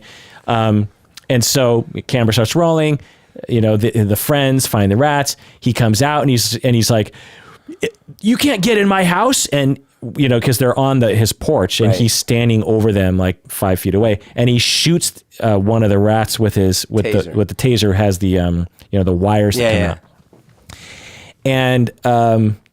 And the other, the friends are like, whoa, what are you doing? He's like, well, you get near my house, you're going to invade my house, you're going to get tased. And the kids are like, ah! Right. Now, he didn't grab rats and strangle them to death and then tase them and then torture them.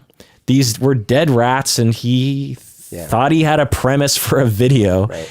Now, on the heels of the Japan video, a smarter, mature, person who had, better advisors would be like, let's stay away from dead things, these kinds of topics. Yeah. And he actually talks about that more recently.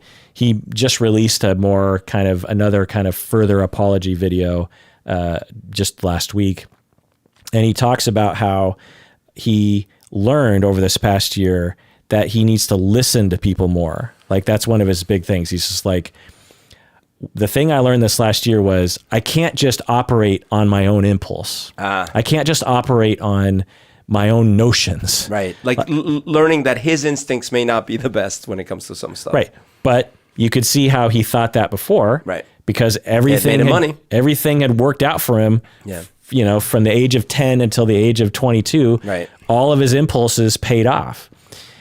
And so he's like, listening to people is a big part. He also said empathy is a big part. He's like, I need to have more empathy. He says, I need to really put myself in other people's shoes more often. Now, he's 22, 23. The way he talks about it, he still has a way to go. Right. Because the things that I would hope someone would say, he's not saying. But again, it's a progression. He's moving down the road. So that's another famous video. He also supports the flat Earth movement. For real, or as a troll? It seems for real. What? No. Well, he's acting. Okay. I think I would want to believe that he doesn't actually believe the Earth is useful, particularly because he's flown all over the Earth. Do you know what I mean? Like he's a world traveler, given his job, that he understands, the basics, but I think he. But so he's he's got videos about it. But he's public about supporting the flat Earth movement. Yeah. Okay. So anyway, so the more recent apologies as they became, somewhat more mature.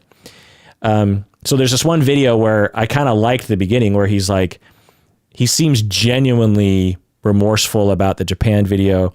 He seems, and then he talks about the rat video and the fish video, and he shows like all these clips of people railing on him, famous people speaking out against him.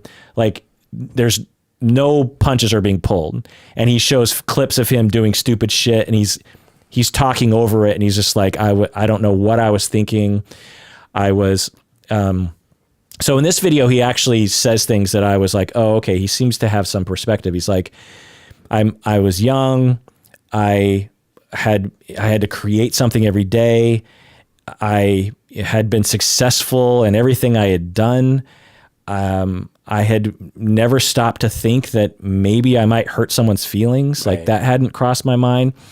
I thought everything I did was going to be great. And so I just kept doing it. And I felt like I was becoming some weird nightmare of a person. And I was just getting worse and worse and worse.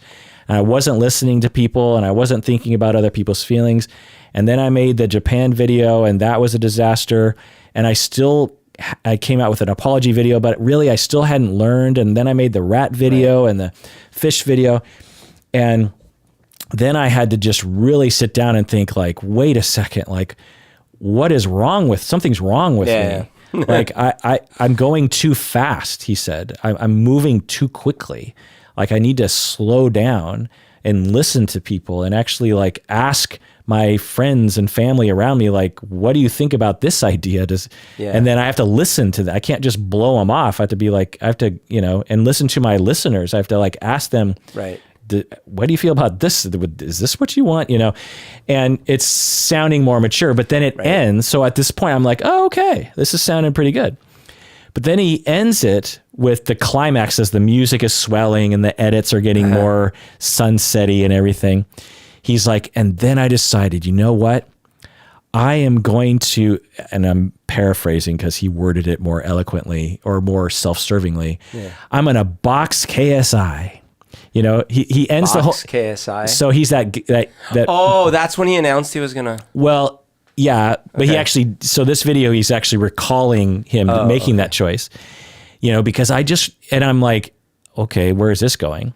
And he's like, because I wanted to prove to myself, I wanted to get to my roots, and I wanted to prove. I think is what he's saying. I want to prove to myself that I can do something with integrity. And I'm like, boxing, okay. It's great. You can box if you want to, but that doesn't demonstrate integrity. Right. What would have demonstrated integrity would have been like a quiet dedication to suicide prevention or a decision to create content that benefits society and maybe some examples of that. Like he makes a video about putting balls in a bus, and at the end he has, you know what? For every one of these balls, I'm donating $5 to children who have trouble getting to school. Or for every view I get, or something, like that would have been, really growing up, right?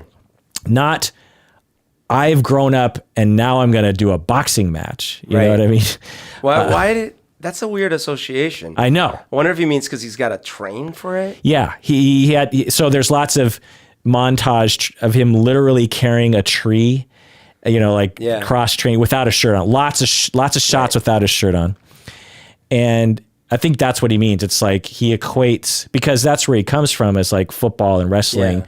Integrity was and honor was associated with sports dedication and achievement, which isn't necessarily untrue, but it's definitely not the progression that I thought he was headed towards when he was talking about making all these mistakes and not caring about other people and, all these kinds of things. Yeah, it is a weird side swipe there. Yeah. And I don't think I think that might be evidence of that 10 to 20% psychopathy, but more I think of it is just immaturity. He's a child. When we were that age, like I probably would have thought similar things. Do you know what I mean? Anyway, now a lot of people are saying he's going too far and he's a psychopath. And, you look at any commentary on Logan Paul and they're like, he's gone too far. He needs to be shut down. What do you think about that, Berto? Oh, right. So there's a mix here that I think is important. One of them is I absolutely support the right of private companies to limit access to their services to whomever they want. So, because there's a lot of people that come out and say, like, you should not limit this creator from your platform because that's limiting their freedom of speech. Censorship. Right. But I'm saying, like, that would be true if it were some sort of public property.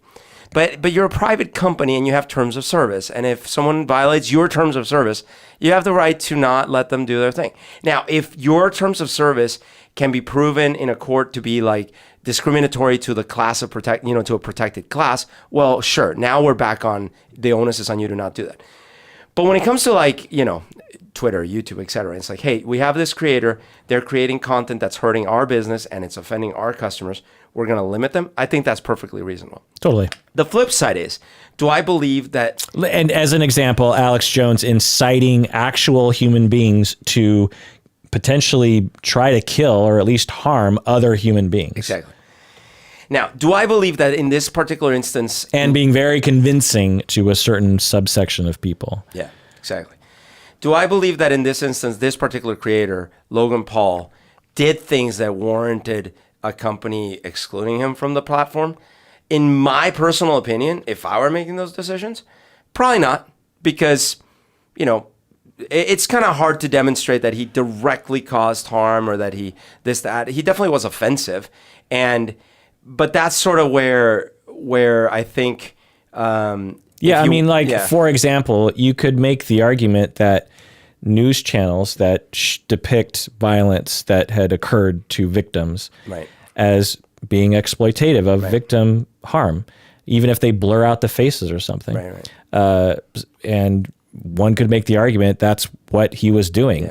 Yeah. It was extremely distasteful, but not that much different than what a lot of other news that are on public TV, let alone the internet. So there's that. I also think the more we've talked about this, coming into this, I had a really negative perspective on the guy and the whole topic. But talking it through, I'm realizing just kind of how unfair that is from the perspective of like, man, I know how many dumb decisions and bad things I did growing up that I'm ashamed of, and that, who am I to like be so like judgmental in that sense? Yeah, and imagine that each one of those dumb decisions was essentially loved and lauded by millions of devoted fans. Right. Like, you're in college and you get so drunk you puke all over the place. And people are like, whoa! Yeah, and like you post that. Yeah. And, while you're doing that, you're also like yelling something about Jewish people or something, and you post it, and millions upon millions of people are like, oh my God, that was so funny. Like, you should do another one where you get super drunk, and then every month, YouTube just sends a check. Yeah. And so every month, like, you're getting potentially like $1 million. Imagine $1 million deposit from YouTube in 1 month. $1 million. And, of the 20 or 30 videos you had made that month, one of them was you getting drunk and puking and saying something anti-Semitic or something. You're going to be like, well, let's keep going down that road. Yeah, right. And the other part is just thinking about me with my shopping or money spending problems that I had. I had many points where I thought I had reached a point of sobriety, right? Like where I was like, oh, right, okay, I get it. I shouldn't waste all this money on these fancy clothes every month. I'll just do it every quarter. Then I was like, oh, right, I shouldn't go in these spending sprees of clothes. Now, music equipment, that's a different, and I went through all these different plateaus where I'm still growing in my life, right? So to say like, well, your one mistake you made that you got your hand slapped for, that should have been your final resting place of growth, right? That's not realistic either. Yeah.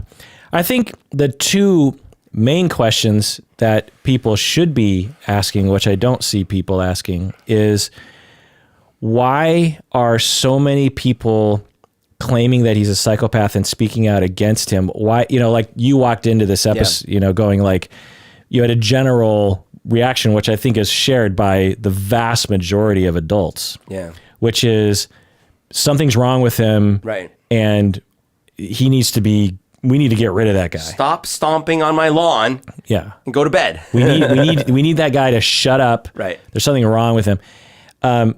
That's interesting. That's an interesting phenomenon. Right. That is, I find, given the context, interesting to me. I wonder if it's which I don't share. I wonder if it's like Elvis. You know, like Elvis comes out, and a lot of adults are like, "What the hell is going on?" Yeah, very, very similar analogy. I'm sure in 1,000 years they'll lump those two people together. They'll be like, yeah, back in the old days there was this Elvis and there was this Logan Paul, and the kids loved him and the parents hated him. Because Elvis was very aware that his hip gyrations were not very pure. Yeah, and parents hated him. Right. So there, were. So that's an interesting question. The other interesting question is, why do kids love him so much? Yeah. That's another interesting question. If you are upset and menaced by Logan Paul, shutting down Logan Paul isn't going to do anything. There's just going to be another Logan Paul. Literally his brother Jake Paul will just pick up where Logan Paul has left off. Yeah. So getting rid of Logan Paul it's similar if you hate Donald Trump, getting rid of Donald Trump is not the answer.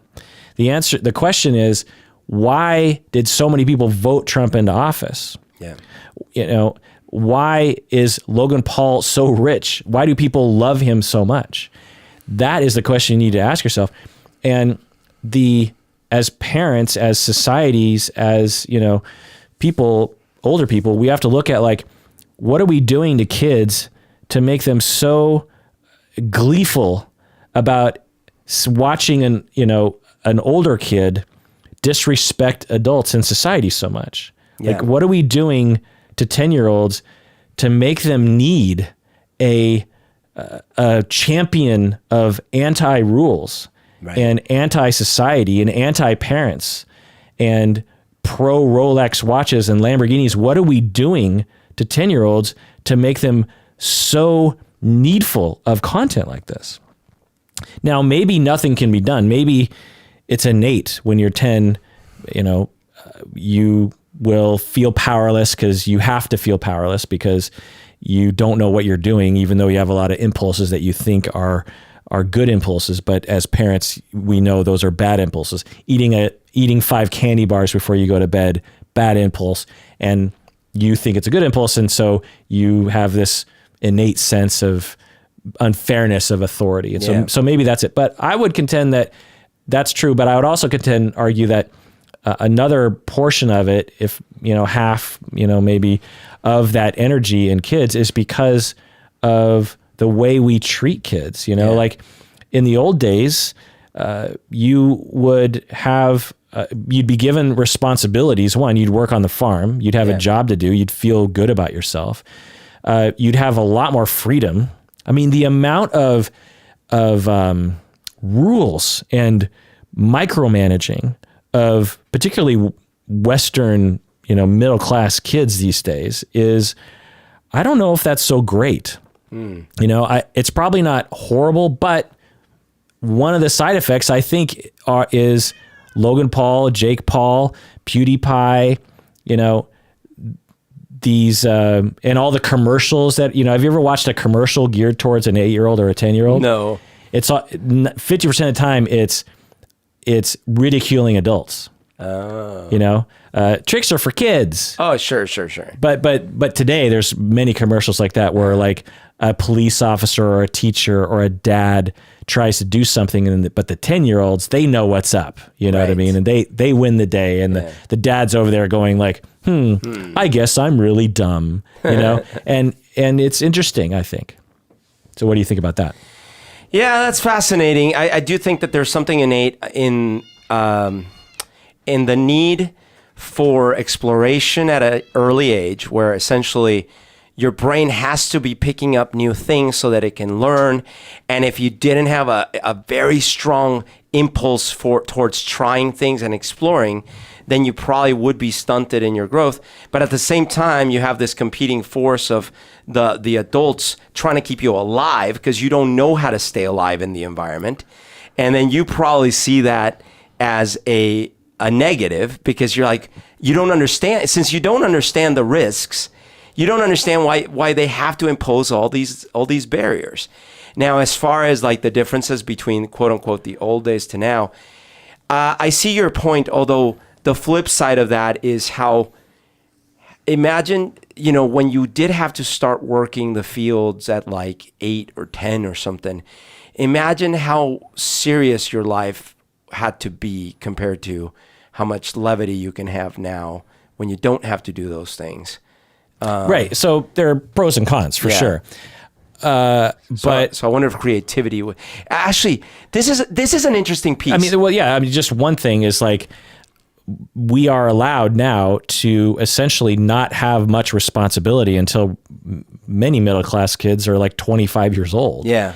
So, and some can go much longer if they decide to stay home, and that allows for more relaxation, more creativity.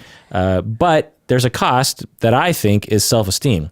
There's a lot of 17-year-olds walking around with terrible self-esteem. Yeah.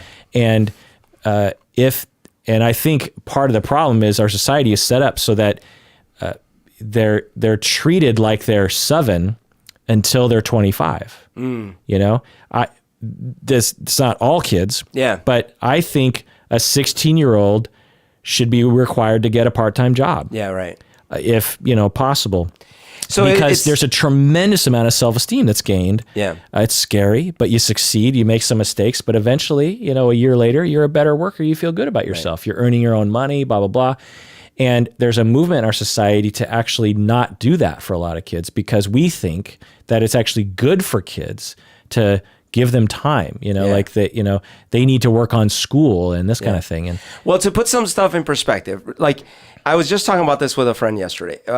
For like 200,000 years, hominids had essentially our same brain and yet almost didn't progress technologically at all.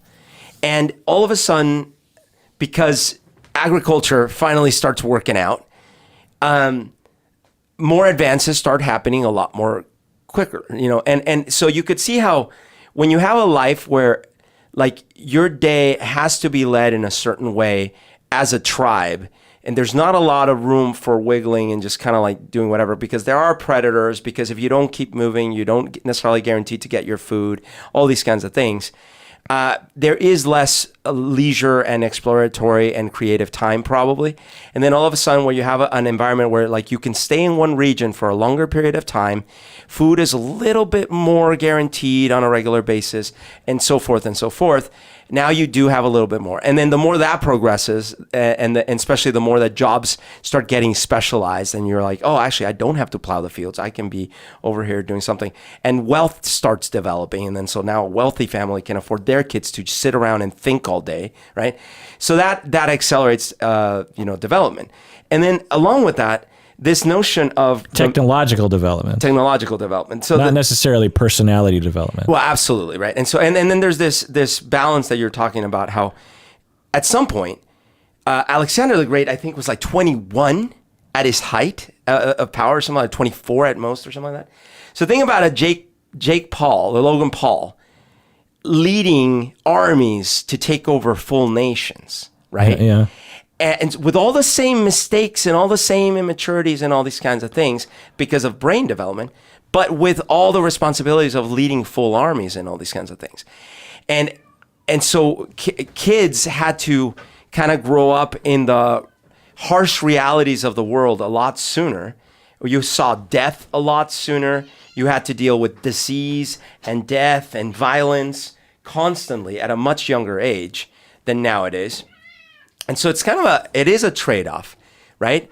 If you think about like, if we were having this podcast 1,000 years ago, right? And we were talking about like, can you believe what that 19-year-old did the other day? It's like, I can't believe he raped all those women in that invasion of that land that they just invaded. It's like, yeah, I know, that's so immature and all these kinds of things. Like we'd be dealing with really horrible things, right? Here we're talking about like, can you believe he said that in that one video episode he filmed? And so it's right. It's like the scale is even different. Yeah. All right, let's take a break. When we get back, let's truly go through antisocial and psychopathic personality disorder criteria. What do you say, Berto? Let's do it.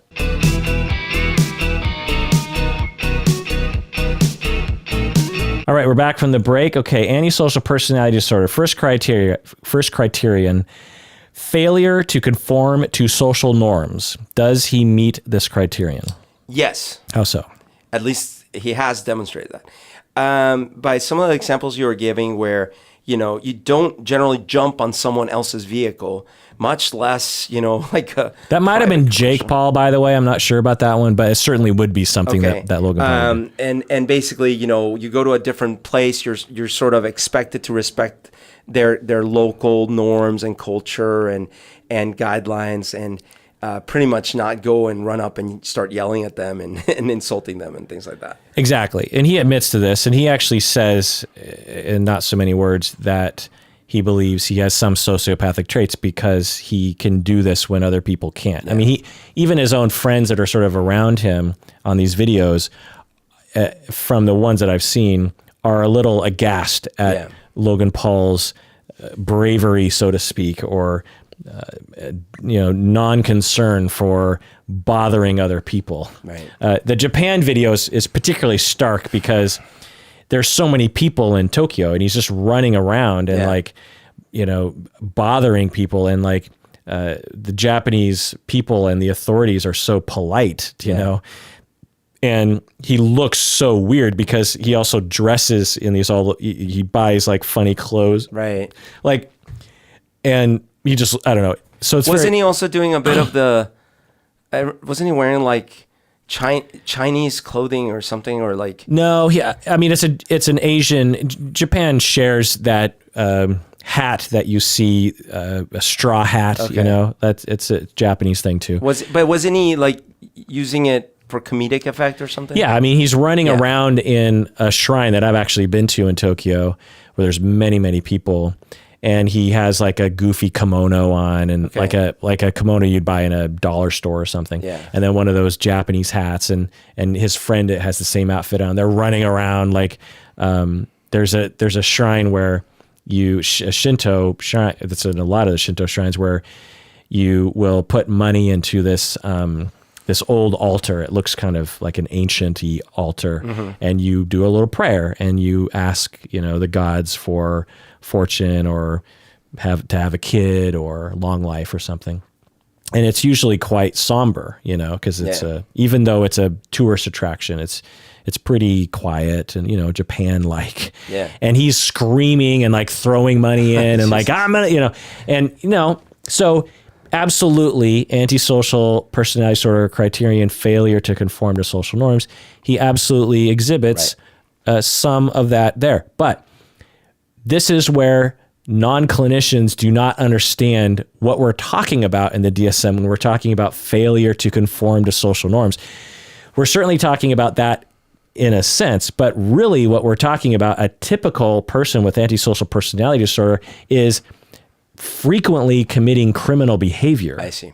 Like shoplifting, or punching someone in the face, like you mentioned, or shooting people, or embezzling, having a pattern of embezzling money, harassing other people, abusing other people. It's like Bernie Madoff, probably psychopathic. Right. To be able to do that, I mean, I don't know, I haven't looked into his personality, but that level of behavior and a pattern of it, he is doing a shtick for entertainment. Yeah.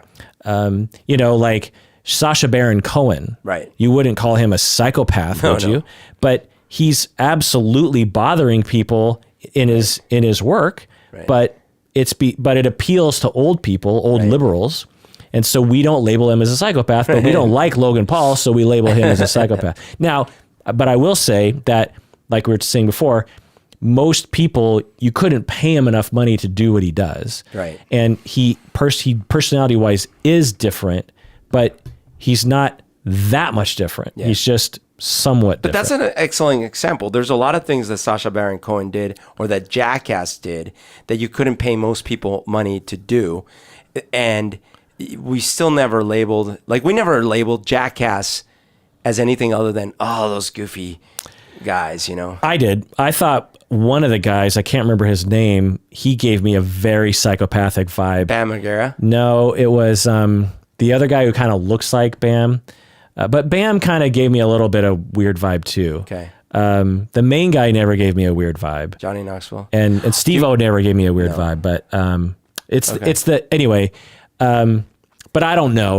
But I remember feeling like this would attract a certain kind of personality, and it could attract, because antisocial people, because of their lack of concern about other people, would have an easier time with jackassery, and they also are kind of dangerous to their own bodies. Oh, I guess, but I'm not even saying they're not or aren't. I'm remembering at the time, they were only controversial in the vanilla sense. Like at the time when Jackass came out and all this stuff, sure, the older adults would go, oh my gosh, what are kids watching these days? But there was never none of them got roasted on, national news of Right. Well, as far as we knew, and, but it appealed to us because we were 20. Or their show wasn't threatened to be canceled or any of that stuff. Right. So I'll give him a 20% on Criterion 1. 2, deceitfulness. This is like lying or being a con artist. Does he have this? I don't know. I haven't seen all his shows, all his episodes. It seems like he does it at least at face value for entertainment. Clearly he knew the rats weren't dead. Clearly he knew the pool, whatever, right? But that doesn't seem like I'm going to swindle these people out of money. Right. Yeah. I don't see any evidence of this. Maybe someone close to him could, provide some data. Yeah. This is where, our limited perspective is, shown in that if he was deceitful or lying or conning people, it'd be hard for us to detect that given that we only can see his YouTube video. But it doesn't seem like he does. There's no evidence of this anyway. Some people say well, come on, he's, tricking the world, blah, blah, blah. It's no, again, this is where lay people have no experience actually working with people with antisocial personality disorder. Typical antisocial personality disorder people will callously con other people. I met someone like this. My friends, actually, Chris Huber and Jeff Odegaard. You know those two guys. Yep. They met this guy who. At first, they loved him, and I was like, oh yeah, he's fine, but Huber and Odegaard loved this guy. Yeah. He was just he's the best, and so he was suddenly our best friend. Yeah. And is this the guy I know of? No, you've never met him. Oh, okay. Yeah, we only knew him for 6 months, maybe a year or something. And so, now I'm wondering who you're thinking of. Well, tell me later. Yeah. But he about 6 months into this very intense friendship, they became best friends. I think he even moved in with Odie and Huber, or one of them. And he comes forward and he says, "I have cancer," and his hair was gone, and all of a sudden everyone was like, "Oh my God!" So we're 23 or 25, and we're just terrified. We're like, "Oh my God!" He's like, "Yeah, it's brain cancer. I think I'm going to die or some kind of cancer." And so we, every time we see him, we're like, how you doing? How's treatment going? It's just a very caring environment around him. A lot of things are happening outside of my awareness. My friends were loaning him money, and were letting him, not pay for rent, and we're just doing a lot of favors. Then one day, I think this is how it goes. He skips town. Something happens where it's just wait, what's happening? And then they started questioning, well, what if he's lying to us about the cancer thing? Right. Long story short, they find out he was lying the entire time. And, one of the things we learned later, because we didn't have the internet back then, was when you lose your hair from chemotherapy, your hair follicle, you don't have a 5 o'clock shadow on your head. Do you know what I mean? Right. It's the whole thing fell out. The whole follicle the whole hair falls out. Yeah. So you're smooth. Yeah. Your head is eyebrow. He was clearly shaving. Where you could see stubble on his head. Oh my God. But we didn't know, or who does that? So then they started investigating, because he left a bunch of stuff, including his car in my friend's garage. They started finding all these old boxes of stuff, and they find letters from this woman who had been writing him, who he had married God. Had almost married or something, and had scammed a bunch of money from this family, and had just skipped town. Okay. So this is an antisocial personality disordered person. imagine the lack of conscience and the lack of empathy that you would have to just go from town to town and weasel, knowing from the very beginning you're gonna screw these people over. That's crazy, man. That's talk about not being able to pay me enough to jump on top of a news van. Like, this would be like, right. There's no way. That's pathological. So that is antisocial personality disorder. Right. And the other element I haven't mentioned yet was when the dust settled and everything was said and done, my friends had his car, had a lot of his stuff, had evidence against him, sold his car, right, made money back. And as far as they knew, the guy was penniless and friendless. Yeah, and so he shot himself in the foot constantly. That's another element of antisocial personality disorder and psychopathy that people really don't understand on the internet. Right. They think psychopaths and, so-called sociopaths are these like conniving geniuses. Yeah. 99.9% of them, even the smart ones, make terrible decisions. That's one of the hallmarks of someone with antisocial personality disorder. That's why so many of them end up in jail. If they were geniuses, they would figure out a way to avoid jail. You know what I mean? Yeah. But so many of them end up in prison because they act impulsively. They don't think about their overall goal. This guy was conning without the bigger picture of, how do I make out of this with more money than I went into it? Better off than what I went into it. That wasn't part of his makeup, because a lot of people with antisocial are like that. Number 3 is impulsive. Is he impulsive? Logan Paul. Yeah, it sounds like he has been. That part, I mean, a lot of people, when you're young, you're impulsive. So that piece sort of like is not so shocking. But it seems like he even self-describes like he wouldn't listen to advice, or he would just, and a lot of the things you're mentioning, it's probably how it worked, where he woke up one morning, like you're saying, and he's like, oh, what should we do? Oh, that sounds good. Let's just do that. And not really thinking it through.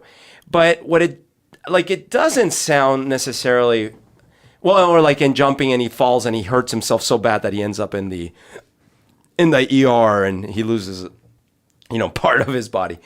At the same time, I don't know, because I don't have enough evidence. Like, I don't know if this is a constant behavior, or if it's really more a function of, I need to find entertaining content today.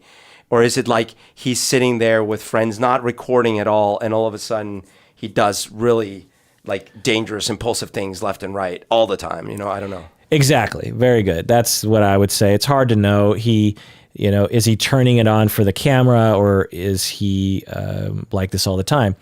Hard to say, but there is some evidence of some antisocial psychopathic impulsivity. The posting the forest video, that's evidence of like not thinking things through. Right. And when you watch him in his videos, like, again, if you asked us to say, okay, I'm going to pay you $1 million a month to act frantically impulsive, because the videos he makes, he films most of them over the span of what's probably a few hours. Right. And then they edit it down to like 20 minutes, He is massively on fire for the entire time. Like he's like, Robin Williams kind of a thing. Now, some would say, well, is that ADHD, hyperactivity? Could be, which is another thing, but hard to tell, because again, right, you'd really have to evaluate him all the time, especially when he's not on camera. But I mean, you know me, if I was going to make that kind of bank, I'm not saying I'm going to do illegal things or anything like that, but if you want me to act like loud and emotional and impulsive for a couple I will do it. Yeah. Right? Right. And it doesn't make me a lot of other things. Doesn't make you antisocial. Yeah. People with antisocial personality disorder, the idea goes is that as they were growing up, their brain was such that, and or their environment was such that they didn't learn behavioral controls that other kids learn. Yeah. Behavioral controls of like, don't punch people in the face. Yeah. Don't blurt out that statement. Don't, slam doors when you feel like it. don't steal that thing off of the counter because you want it. They don't incorporate those into their processes of behavior.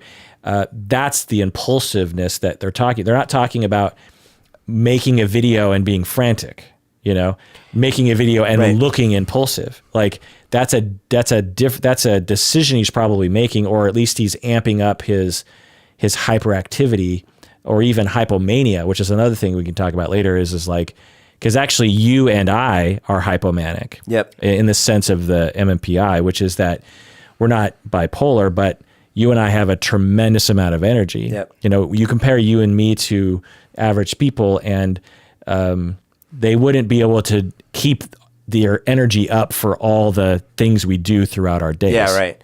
And I was also thinking about how impulsive, what does impulsive mean? Because like I look back and I feel like I was very impulsive when I was younger. But I don't know if I mean it in the same way that you mean it for this purpose. Meaning, I remember being in meetings where I would blurt out things just because I was like, it felt like the right thing to say.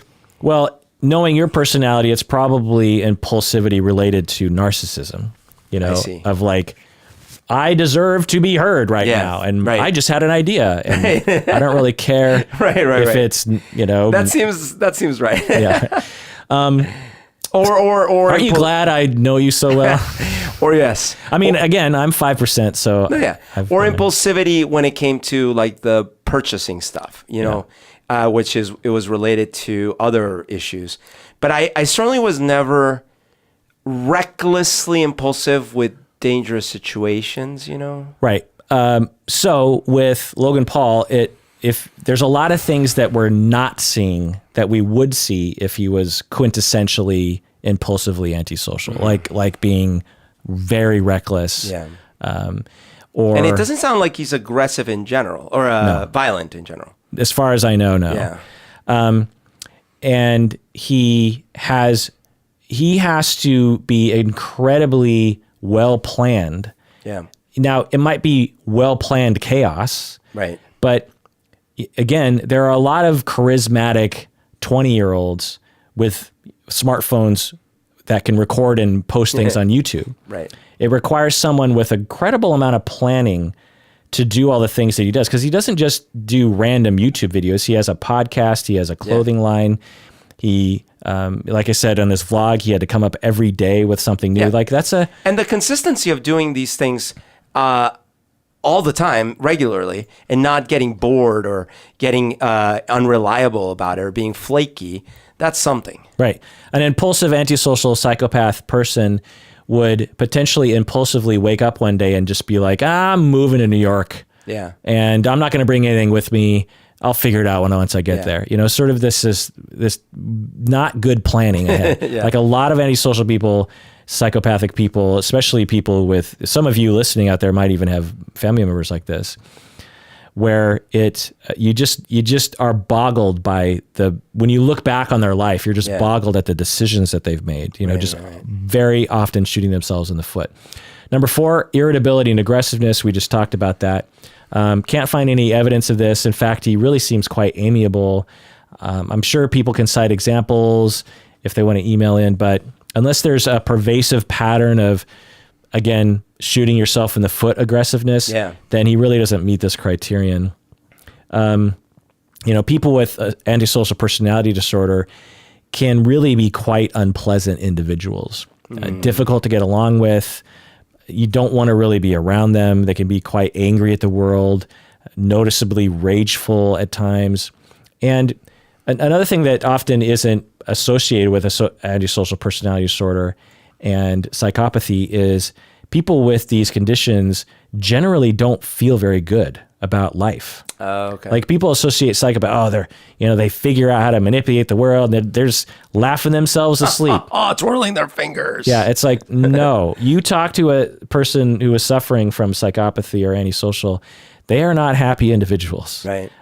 They have a disorder that creates a lot of impulses and a lot of difficulty with understanding the world, difficulty knowing what their own needs are. Yeah. And difficulty understanding other people, and which leads to a lot of really bad things happening, losing a job, drinking too much, pushing people away, going to prison, losing your car, losing your house.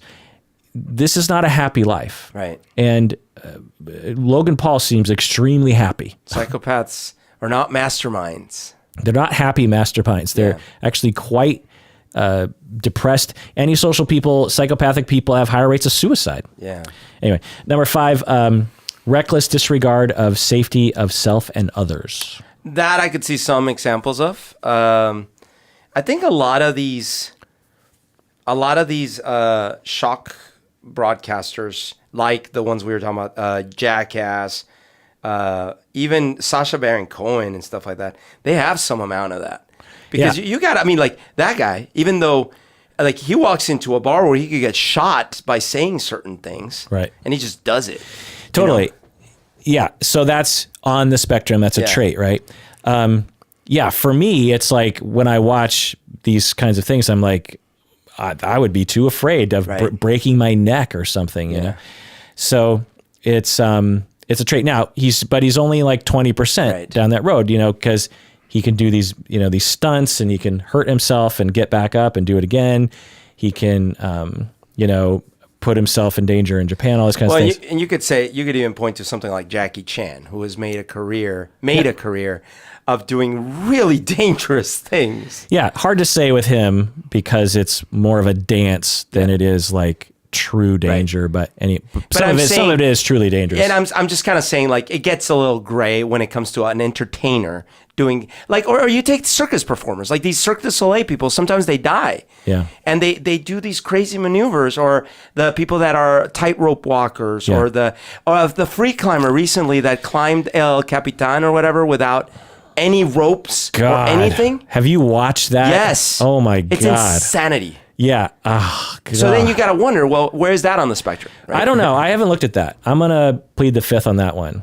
I will say that's interesting. In his defense, like the amount of training and studying of that route and doing the route over and over and over and over and over and over and over to the point where he's got every single little move memorized doesn't point to recklessness and all these things. Yeah, it's not like he just walked up to a cliff and decided. And same thing with Jackie Chan and a lot of these others. It's a lifetime of training. But it is an interesting question. Yeah. I mean, one theory about how antisocial and psychopathy develop is that some people are born with an underdeveloped fear system in their brain. Yeah. And one of the effects is that they become extremely impulsive and dangerous in their life, not only with themselves, but with other people and they become callous and lack empathy for other people because, and I've talked about this on the podcast before, when you are learning you're developing your superego, part of the thing that really internalizes the experience of other people is fear. So you are on the playground, you're 3 years old, and you throw a rock at someone's head because you feel like you want to do that. And then out of nowhere, your dad comes screaming at you and he's big and he's clomping his way over to you. He's like, what did you just do? And he grabs you by the scruff. And he's very stern and he's like, we're going home. You just, and in that, those 5 seconds, children will have a visceral fear reaction to their father. So they associate with, if you do this, you might end up being very fearful. Right. So the next time you pick up a rock, your body remembers that. You're just like, if I throw it. So there's some models of morality that are basically based entirely on this experience. Yeah. That, you and me can't jump on top of a news van because we were terrified so many times by enacting impulses along those lines, sufficient so that now it's like hard for us to even think about doing that, you know? And in the same way that it's hard for us to climb El Capitan without any, or at all, right? I wonder if you need a mix of that and empathy so that you have, because like, I feel like showing a child how to put yourself in someone else's shoes and all these things is probably a great method, but I don't know how well it works in the instant, like as a like when you're trying to curb an impulse. Whereas fear probably works really well to curb an impulse. Right. Age of, 0 months, you have a fear response, whereas an empathy response you don't have. Right. So so some will say, and I think it's a fair argument, it's impossible to really know, that our empathy is just a product of fear.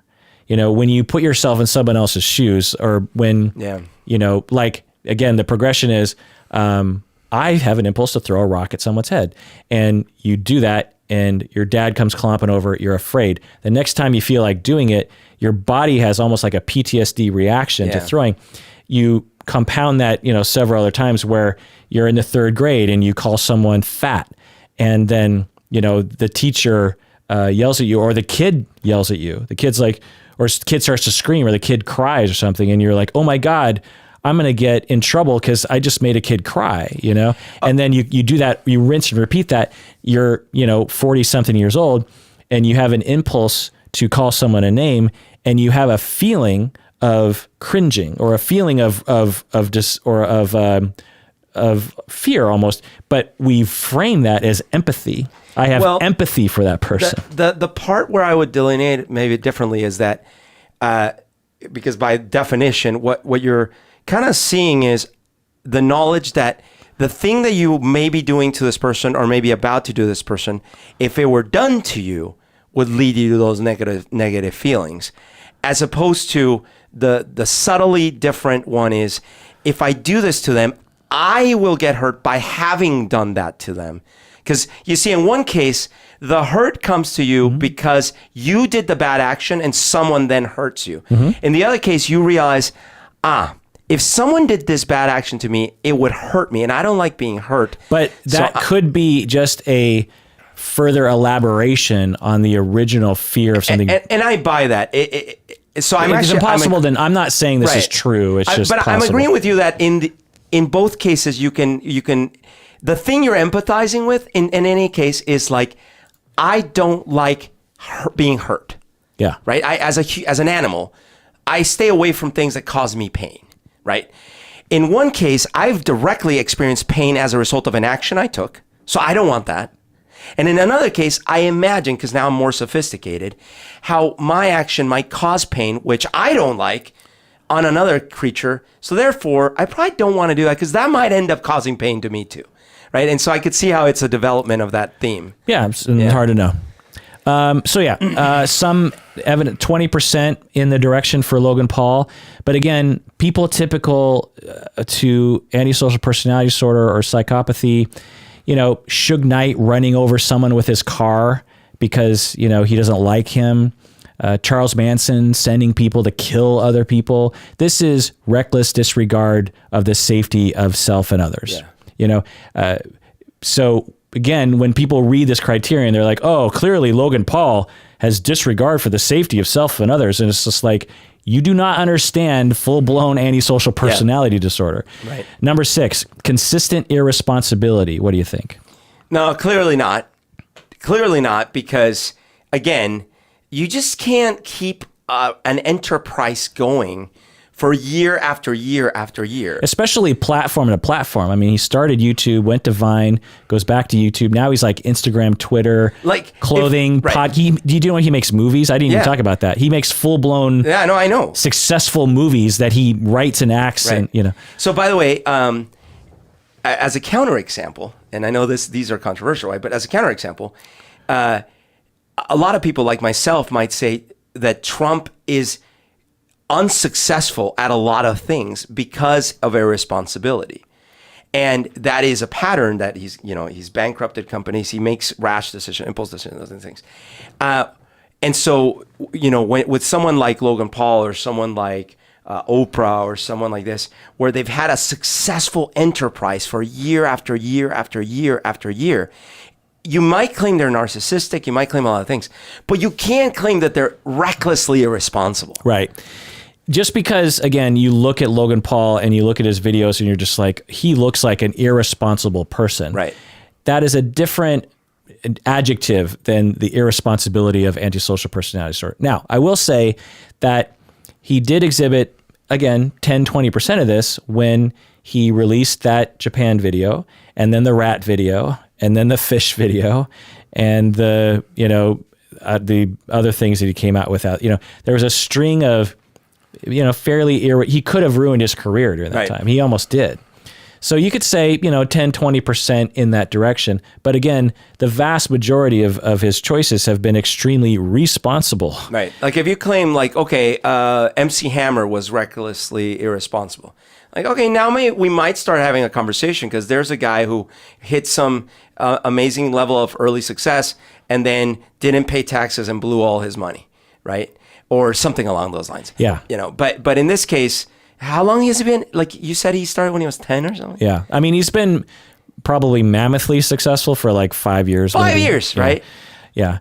But it's hard to say because he could be just sort of lucky, like a lot of these questions about these criteria can really only be answered or will be more easily answered in 20 years, because if he has antisocial psychopathic personality disorder, he will shoot himself in the foot sufficiently where it'll be noticeable. Yeah. Well, there's some cases like, how I think it's Khloe Kardashian or something is the first female billionaire of her age in the history of the world. Wow. And I might be getting the name wrong, but it's one of the Kardashians, like one of the young ones or something. And she's got, the reason she made all this money is because at one point, some entrepreneur in the clothing and fashion world or whatever was like, hey, if you put your name on this line of cosmetics and whatever they are, it'll make a ton of money. And so she did. And now she's got this global empire of cosmetics and probably fashion for girls and young women and stuff that makes her a billion, she's been a billionaire, right? So in that case, like, I don't know how responsible she is. I don't know how much she manages her own enterprise, whatever. How much was luck? I don't know, right? Like, it could be she's an amazing businesswoman. That's what it is. But in a case where someone like is constantly putting out a product and not defaulting on taxes and not wasting all their money and going bankrupt and all these kinds of things, like there's some modicum of responsibility you at least have to attribute to it. Right. An example of further down the spectrum of irresponsible antisocial psychopathy is with, oh, hi, Mark. Right. What's his name again? Yeah. The actor, right? Like the. Yeah. Because especially when you read the story or watch the movie, Disaster Artist, he was extremely irresponsible with his money. Right. I mean, just like making, comically bad choices with his money. This is what antisocial people, again, shooting yourself in the foot. What is his name? God. Oh God, it's gonna kill us. Is it a weird name? No. Is it a normal name? He changed it. He changed his name because I think he's Polish officially. But anyway, Gosh, that's terrible. So people will, with antisocial and psychopathy, they tend to bounce from job to job. So they tend to not really have a very good career, right? Because of a lot of different things. Now, in the DSM, they'll just say they bounce from job to job. But when you look at personality, which the DSM doesn't really comment on, people with antisocial psychopathy, they tend to have higher levels of narcissism. And so they're just like, I'm above work. I don't want to go to work today, so I'm not going to do it. How many days does Logan Paul wake up in the day and just be like, you know what? I don't want to do a blog today. I don't want to make a video. Right. I'd rather do something else. Probably half the time he feels that way. So, but he pushes forward, then that may be part of his hardworking and maybe narcissism around that. Also, like I said before, people with antisocial psychopathy, they tend to be in deep despair and anger and which will cause them to be fired from a lot of jobs. Also, they lack a self. I've talked about self-development, and people with psychopathy, it's a cluster B, they lack a self, which means that they have a really hard time knowing what they want in life. And in order to have consistent goals... Tommy Wiseau. In order to have a consistent behavioral pattern and build towards a career, you have to want something. And people who have psychopathy, antisocial, full-blown, they don't have a self. They don't know what they want. They don't really have a goal in life. They're just sort of bouncing from thing to thing. Okay. Number 7 is lack of remorse. Does he lack remorse, Berto? I do. So like I was saying earlier, I do think that first apology, the one that I saw a year ago, whatever it was, I don't really think. I think he was trying to like check the boxes. But again, he is young, like we said, and all these kinds of things. To some extent that we've seen, yes. But is it a permanent marker of his personality? Is it a phase of his life, etc.? Was he? And also, maybe he was really remorseful. He just didn't know how to show it. And right. Yeah, I agree. When I look back to when I was his age, there were things that I did that I look back and cringe at. I mean, going back even further, totally. Going back even further, when I was like, I don't know, 13, I would, occasionally, it wasn't all the time, torment my younger brother. Yeah. There were a lot of times when I would torment my younger brother all the time. and when I think about some of the things I did to him, right. But it didn't occur to me until I was probably like 25. As 25, I started recalling these behaviors, and I felt so bad, that I went to my younger brother. I was like, I'm so sorry. And, I did that probably like 10 different times over the span of, 20 years or something.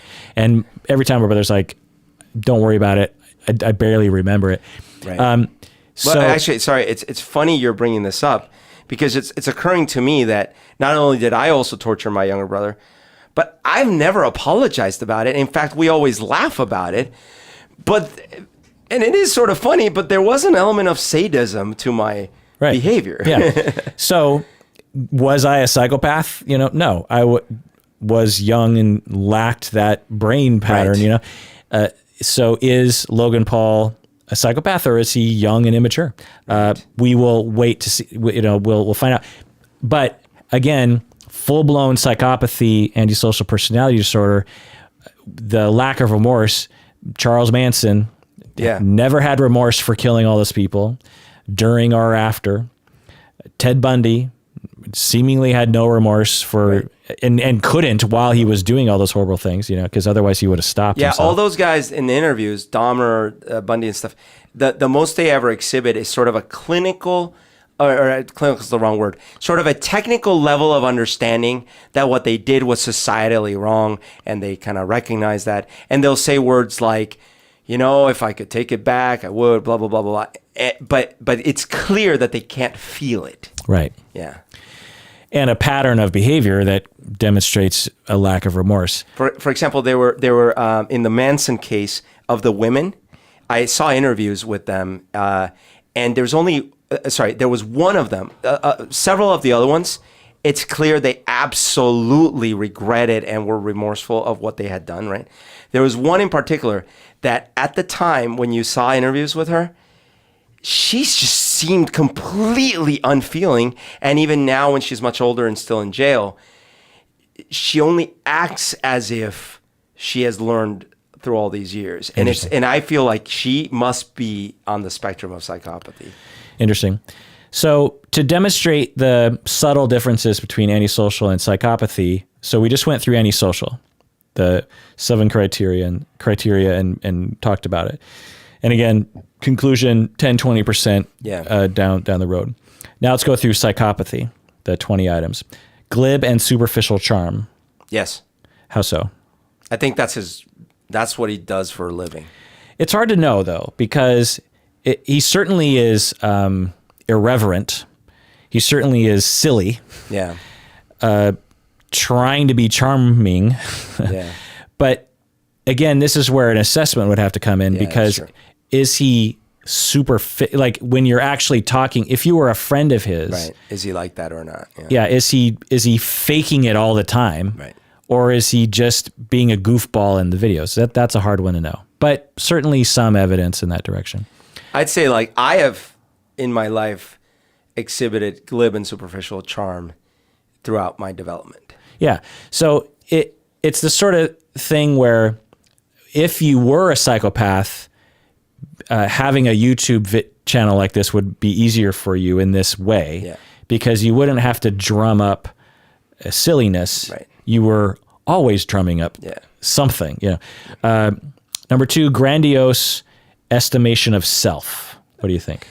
Yes, but again, that one's hard because I feel like any child star, at least 99% of them develop this because the world that they're exhibiting, that is being shown to them is, oh, wow, I do things and people by the millions love it.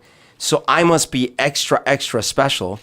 I must be one of a kind. So how could you almost not have a grandiose sense of self? Yeah, I can't imagine how much people like this get screwed up. Like Justin Bieber, Michael Jackson, all these guys. Especially someone like Justin Bieber who became a star very young. At 11 or something. Yeah, there is a very important stage of development where you have to learn you are not the fucking center of the universe. Right. You think you are and you feel like you are, but you learn through many instances that you are not as smart as you think you are.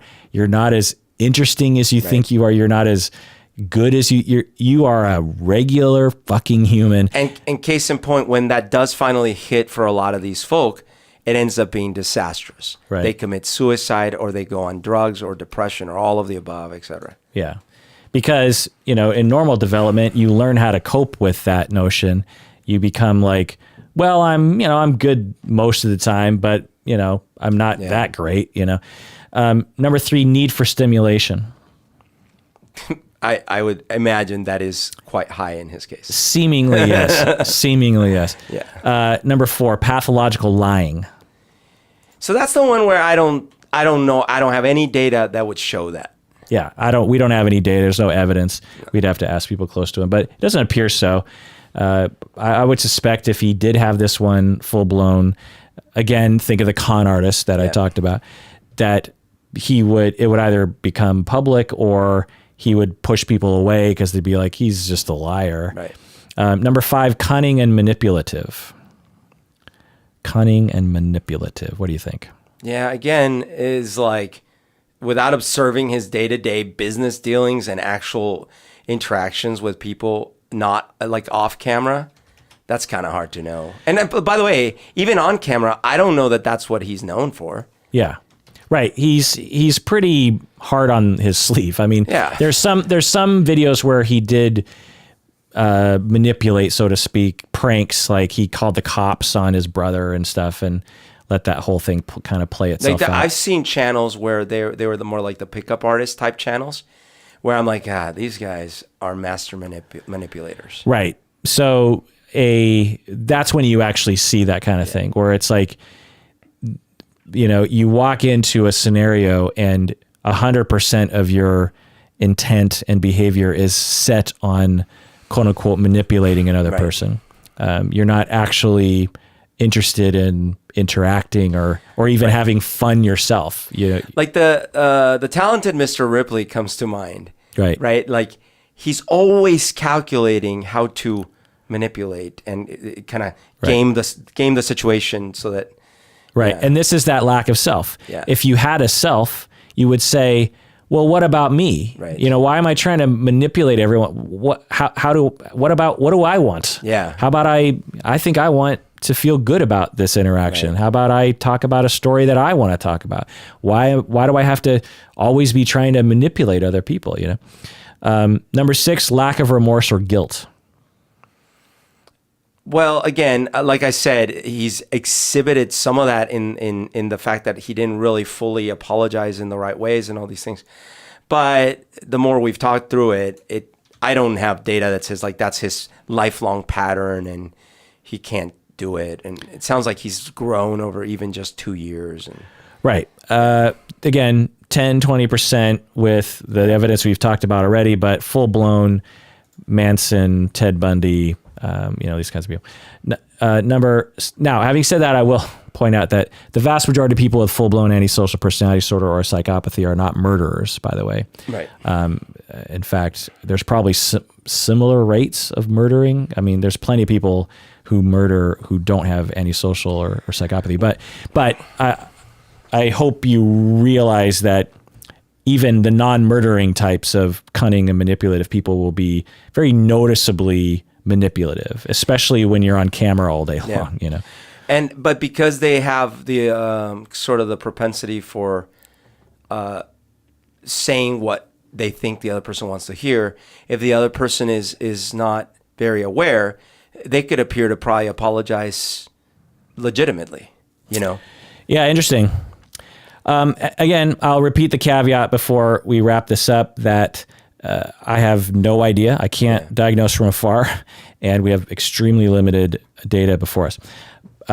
Number 7, shallow affect. Superficial emotional responsiveness. Yeah, and so again, yes, I think he's exhibited that. I think a lot of young people have shallow affect, but I don't know to what extent this. I mean, like, would his family members agree? Would his friends agree? That's right. And while we're on the topic of family, his brother and his dad, all three of them appear to have, 10, 20% psychopathy.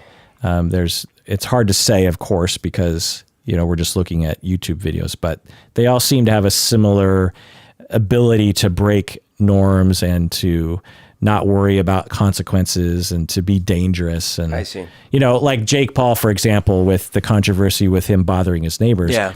Like, that's a hard thing to do, even when I was young, even when I was 20 years old. Although I'll tell a story along these lines. One of my favorite parties I'd ever thrown or been at was a party I had when I lived on Green Lake, near Green Lake, and summertime, hot August, Seattle evening, and we had a couple kegs and house party, and all our friends came, and we have a front lawn and a back lawn, and then eventually me and Chris Huber and Alex Glover, we decide, because we were in a band at the time, we're going to play a show. Yeah. But it was so hot on the inside, we decided we're going to set up in the backyard. So we're in a suburban neighborhood, and it's like 11:30 at night, and we're playing loud, right, rock, Smashing Pumpkins style kind of rock, and complete disregard for the neighbors. Right. And eventually a neighbor came by and said, like, hey, it's late and you're playing loud music in your backyard. You're probably bothering people for miles. Yeah. Like, stop it. And I remember at the time just being like, oh, he's an old fuddy-duddy. Yeah. Like, okay, fine. And Who needs to sleep? Yeah. Now, or even just maybe 2 years later. Yeah. You wouldn't catch me dead doing something. No, I can totally relate to this, because when I was in high school, I was always horrified by people that would TP other people's houses. I never did it. That was another thing me and my friends did. When I ever heard of it, I always was so upset. It luckily never happened to me, but I always felt that if it did, I would go insane. Like, how dare you? And for some reason, I held that sacred. First of all, I had never heard of that in Colombia, right? That was not a thing. And so then when I heard, like, you what? And then that would be so hard to clean. How disrespectful, all these things. That's the point. But then I go to college, and as far as noise is concerned, I don't give a crap. I'm sitting there playing in my dorm. People are coming like, dude, come on. And I'm like, what? And then I go and rent the house with my buddies, and we're playing. It's like the neighbor comes. I'm like, oh, this jerk. How am I empathetic on the one hand and totally unempathetic on the other hand? Yeah. So now one could argue that maybe now actually we probably have, some psychopathy too, Sure. The ability for us to be podcasters, it's kind of breaking some rules, you know what I mean? Like, especially some of the things that we say, it might bother some people. Also, it's a studied fact that therapists and psychologists have a higher rate of psychopathy, of being on the scale, not of having the full-blown disorder, but being on the scale. Because to be a therapist, you kind of have to be able to break social norms. When I ask someone how their sex life is going in my session, right, or how they, how do they really feel, you're sort of breaking some social norms. And so if you have difficulty with that, you might not be attracted to that profession, Yeah. So the point of bringing these stories up is, like, we don't really know if Logan Paul actually is callous and lacks empathy. He could be young and exhibiting some minor traits, or will learn at the age of 35 that, that 20% extended into that time. Yeah. But again, full-blown psychopaths will harm other people and just, they do not care. And so, and it's not that and this is the part that's so hard to understand, that it took me a long time to get, because when I was younger, I sort of thought I was a little like a psychopath, because in my mind, what made me a little bit that way is that I was able to do things like watch a horror movie and not care much about it being horrific. What I didn't get is that the true psychopath, when they're doing the thing, it's not that they have the little inner conversation and they convince themselves, they decide they're not going to care. Is that they literally never had that conversation. Right. So they're sitting there and they're like taking the money that from the till, and they see the person clearly, they're minimum wage, and they might even be pregnant. They don't have the, I wonder if I shouldn't, because maybe they won't. That conversation never happened. They literally just go, this is for me. Yeah. And that is a very important distinction, that a lot of us that don't have those full-blown traits, we will have those inner conversations. And so even though sometimes we might end up being too callous, we had the conversation. Right, exactly. That's a good distinction. Yeah. And this is why a lot of them will shoot themselves in the foot, because it's almost like a disability. Yeah. So they'll be looking at the till, yeah, and they'll be like, I take. Yeah. And then, but they're on camera, yeah, taking the right, money. Right. Because they don't think these things through. Right. I take. Yeah. For someone who has empathy, who steals, because there's plenty of people who have empathy and steal, right, they'll look at it and they're probably better at thieving, because they're like, ooh, someone's going to be upset about this. Maybe someone even has a camera to catch people like this. Yeah. Maybe I should take it when the lights are off. There's, anyway. Well, and even in the extreme example, because I think, and we've talked about this before, someone like Ted Bundy gives this impression to most of us that, oh yeah, psychopaths, these genius level, because it happened to be that this one psychopath, Ted Bundy, it was an example of a crossover of, like, clearly he was a smart dude. Yeah. But clearly not able to stop his stupid impulses. Right. So even though he was clearly higher on the IQ scale, he still ended up being reckless. Yeah, it's kind of random that he wasn't caught. I mean, a number of his initial crimes that I know of were done kind of like in broad daylight. Yeah.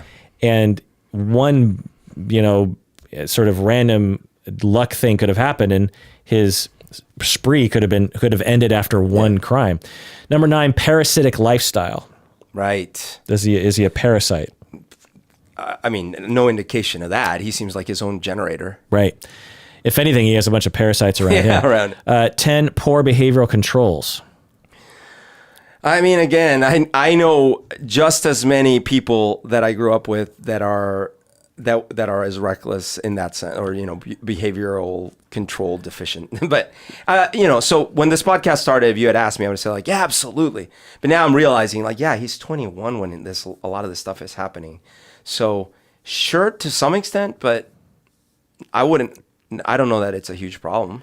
Yeah. Again, as with a lot of these other things, it's like, well, maybe 10, 20%, which he uses to his advantage, but ends up biting him in the ass sometimes with the rat thing and the other stuff. But he doesn't have it full blown, because if he had it full blown, he would be punching people on camera. Yeah. He would be harming his fans. There'd be all these sort of, again, shooting himself in the foot kind of behavior. It's like when you see more of, I hate to bring the Michael Jackson example, but like when you see Michael Jackson's behavior, and I'm not categorizing this as that, but I'm saying he clearly ended up making a lot of very odd decisions, and like holding his baby outside of the window and all these kind of crazy, like, why are you doing that? Yeah. Why are you inviting kids to, like, why are you doing this? Yeah. Right. In this case, we don't have years and years and years of continuous, constant examples of, like, oh my gosh, and you keep screwing up, and you keep screwing up, or you keep doing weird, random things. And, right. Yeah. Yeah. Like a poor behavioral control when he did the boxing match, for example, would have been like, at the end of the match, he says something really regrettable. Yeah. Or like Kanye, for example, has very poor behavioral control. Great example. Yeah. great example where for the first few years of him doing these things, a lot of us, including myself, were like, I guess he's just sort of smart marketer. And then a couple more years go by, and you're like, wait a minute. Now he's just shooting himself in the foot. Then a couple more years go by, you're like, what the hell is this problem? Yeah. And by now it's like joke. Like actually it feels sad. You're like, he's got a problem. Like, yeah. And it's a clear pattern. Like the first time he jumps up on stage with Taylor Swift, right. You're like, oh yeah, it's cool. Like he's sticking it to the man and, he's speaking truth to power. The next time he jumps on stage, at the end of, in the fast forward to all the other things he's done, like he's at concerts, he's had like hour-long rants. Yeah. At the end of Saturday Night Live this last year, or 2 years ago or whatever, he off camera went on this long rant and like ruined everyone's night with like, make America great again and just ranting. And it's like, no one appreciates what he's saying. And the videos of his concerts where he's like railroaded his own concert in the middle of it. Yeah. And ended the concert, like weird stuff. And it now maybe we should do a whole episode on Kanye at some point, because I actually haven't looked into figuring out what's up with him. But that's not what we're talking about. Yeah, I don't think he's psychopathic. I think he more suffers from a mood issue. Well, and anyways, I don't want to go down that path. But our point here, I think, is we don't have those examples. Like what you were saying, like, oh, and then he did an episode where he tastes dead rat. I'm like, that's the worst next level example that we... Yeah, exactly. It's like he didn't go to another suicide forest, Double down. Yeah. Or even worse, because like, even in these cases, it's like, because I think when we're trying to see examples of... Which old people, meaning anyone over 20 years old, are clearly doing with him. Right. I think what we want to see examples of are things like this. When the first thing comes out, the video comes out and everyone gets upset, he immediately goes on 2 days of Twitter rants insulting everyone who's insulting him. Then he shuts out for a month, and then he comes back a month later insulting everyone else, and then he puts out an even more insulting video, just like stuff like that, you know. And then he loses like half his audience, and he like weird shit like this. Yeah, I have no doubt that in the past year he has had impulses to tweet stuff like this. Yeah. And maybe he has, because I didn't do a full deep dive into everything he's done. But I don't think he has to the extent that would meet this criterion. Right. I'm sure he's had impulses of just like, hey world, fuck off. Like, I made a dumb video. Enough is enough. Like, any rational person would have that result. I can relate on like a 0.1% basis. Sure. There are times I had a gaffe a couple years ago where I made an episode that, bothered people that in a way that I would not like to bother people. When I say I'm a feminist and I bother anti-feminist people, I don't mind bothering those people. Yeah. But when this episode that I made, I won't go into details, but it was my, Japan video essentially. And I think I know what you're talking about. There were moments, and still to this day, where part of me wants to be like, hey, like, lay off me. Sure. Like, you don't understand what I was trying to say, or like, you're too sensitive, or something horrible back. I have the impulse, but I restrain myself because, one, the gestalt of my reaction is one of empathy and apology, and of humility. Really, that's the main thing. It's just like, even if I don't get it, I respect them enough to say like, well, I must have done something wrong because I respect their opinion of my behavior, and therefore I must have done something really bad. I can't absolutely relate to it, but I'm going to take their word for it, So, and Logan Paul also probably had lots of moments like that, but didn't act on that. That is behavioral control. Well, Kirk, you can, I'm sure, notice this, that when we first started the show a decade ago, right? A lot of my shtick, and in fact, it was a lot of my personality, but a lot of my shtick was to try to be offensive, or try to say really unexpected pushy button type of things. That's interesting. I don't think I've ever heard you admit that before. Well, fair enough. Or even frame it. I didn't know you framed it that way. Well, I wouldn't have, because what used to happen is, like, if rewind the clock and don't even put me in the context of the podcast. Let's just go downtown to the W when one of our friends is DJing and I've had a few drinks in me and I'm talking to someone I just met and I say something extremely like either sexualized or offensive in some way or whatever. And you ask me, why did you just say that? I would say like, I don't know. I just tell it how it is. So did that happen?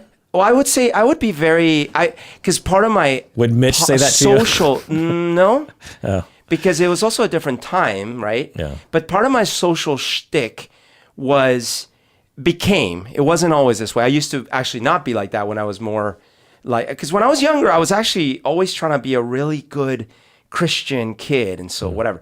But as I became more worldly or whatever, part of my social shtick became... Yeah, it was sort of, the way I saw it was sort of a litmus test that that you would impose on other people, which was... Can you handle me? Right. Let's figure this out now. Yes. I'm going to blast something in your face. And if you run away, then I'll know. Then I'll know, I'll know you and this will not have worked. But if this works, you'll actually love me more because I am the sort of person who blasts me and you can blast me back and this will be fun. And that's actually absolutely right. And so to some extent, I sort of defend Can you give an example of what you want to said? Yeah. So it might have been like this. I just met a gal and her boyfriend or something like that. And we're talking. Oh, God. And I say like, oh, how long have you guys been together? And it's like, oh, a couple months. And I'm like, so you guys gone anal yet? Right? And then like the average person would be like, who the hell are you? Like we just met. I don't know. I mean, right? I don't know average, but some for sure. Yeah. Some.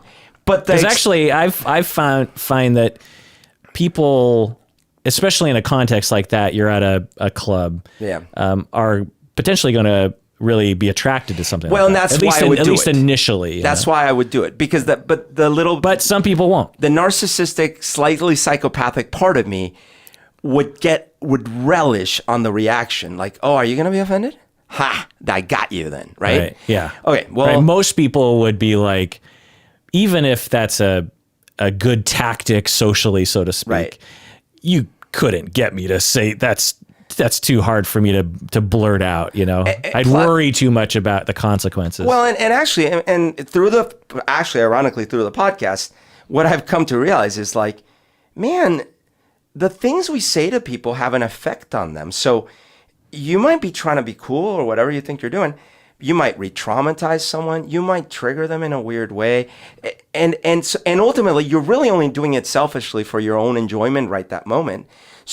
Why not take a more measured approach? You don't have to be at 110% at all times, right? Like that kind of thing. But when the podcast started, I would throw out like, to this day, I do it, but I do it with things that are a little more like, for example, when you bring up things that is something about evolution or whatever it is, and I disagree with, or philosophy or something, my inner voice says, don't just let this lie, challenge him on it, have the debate. And to me, that actually works in the podcast because we have a lively debate and I make my points, you make my points. But it used to be... I make good points, you make... I make bad, right. Just kidding. Right. But it used to be more like this. To be clear, you make a lot of good points. I know you're kidding. Probably most of the listeners agree with you more than me. But to be clear, you think that's because you're the genius. No. No, just kidding. No. But listen, we're getting off topic. The point is that there were these guests, and I felt like a lot of my role was to do that blast in their face to make the podcast more entertaining. Right. My observation was rewind the tape 10 years or even 5 years. Yeah.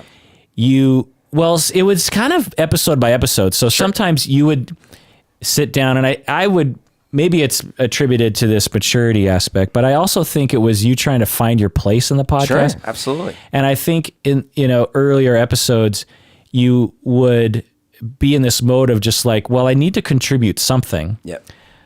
And I really know how to blurt out sexual innuendos and random things. Or randomly like offensive or borderline offensive things. And so that's what I'm going to do. That's my thing. And that's the neurons that I'm firing right now. And it's kind of like the hey, if your IQ is not high enough to see that I'm just kidding, or that these are just words coming out of my mouth, so why are you being offended, right? Like there was a little bit of that egoism there. Like come on, man, catch up. Right.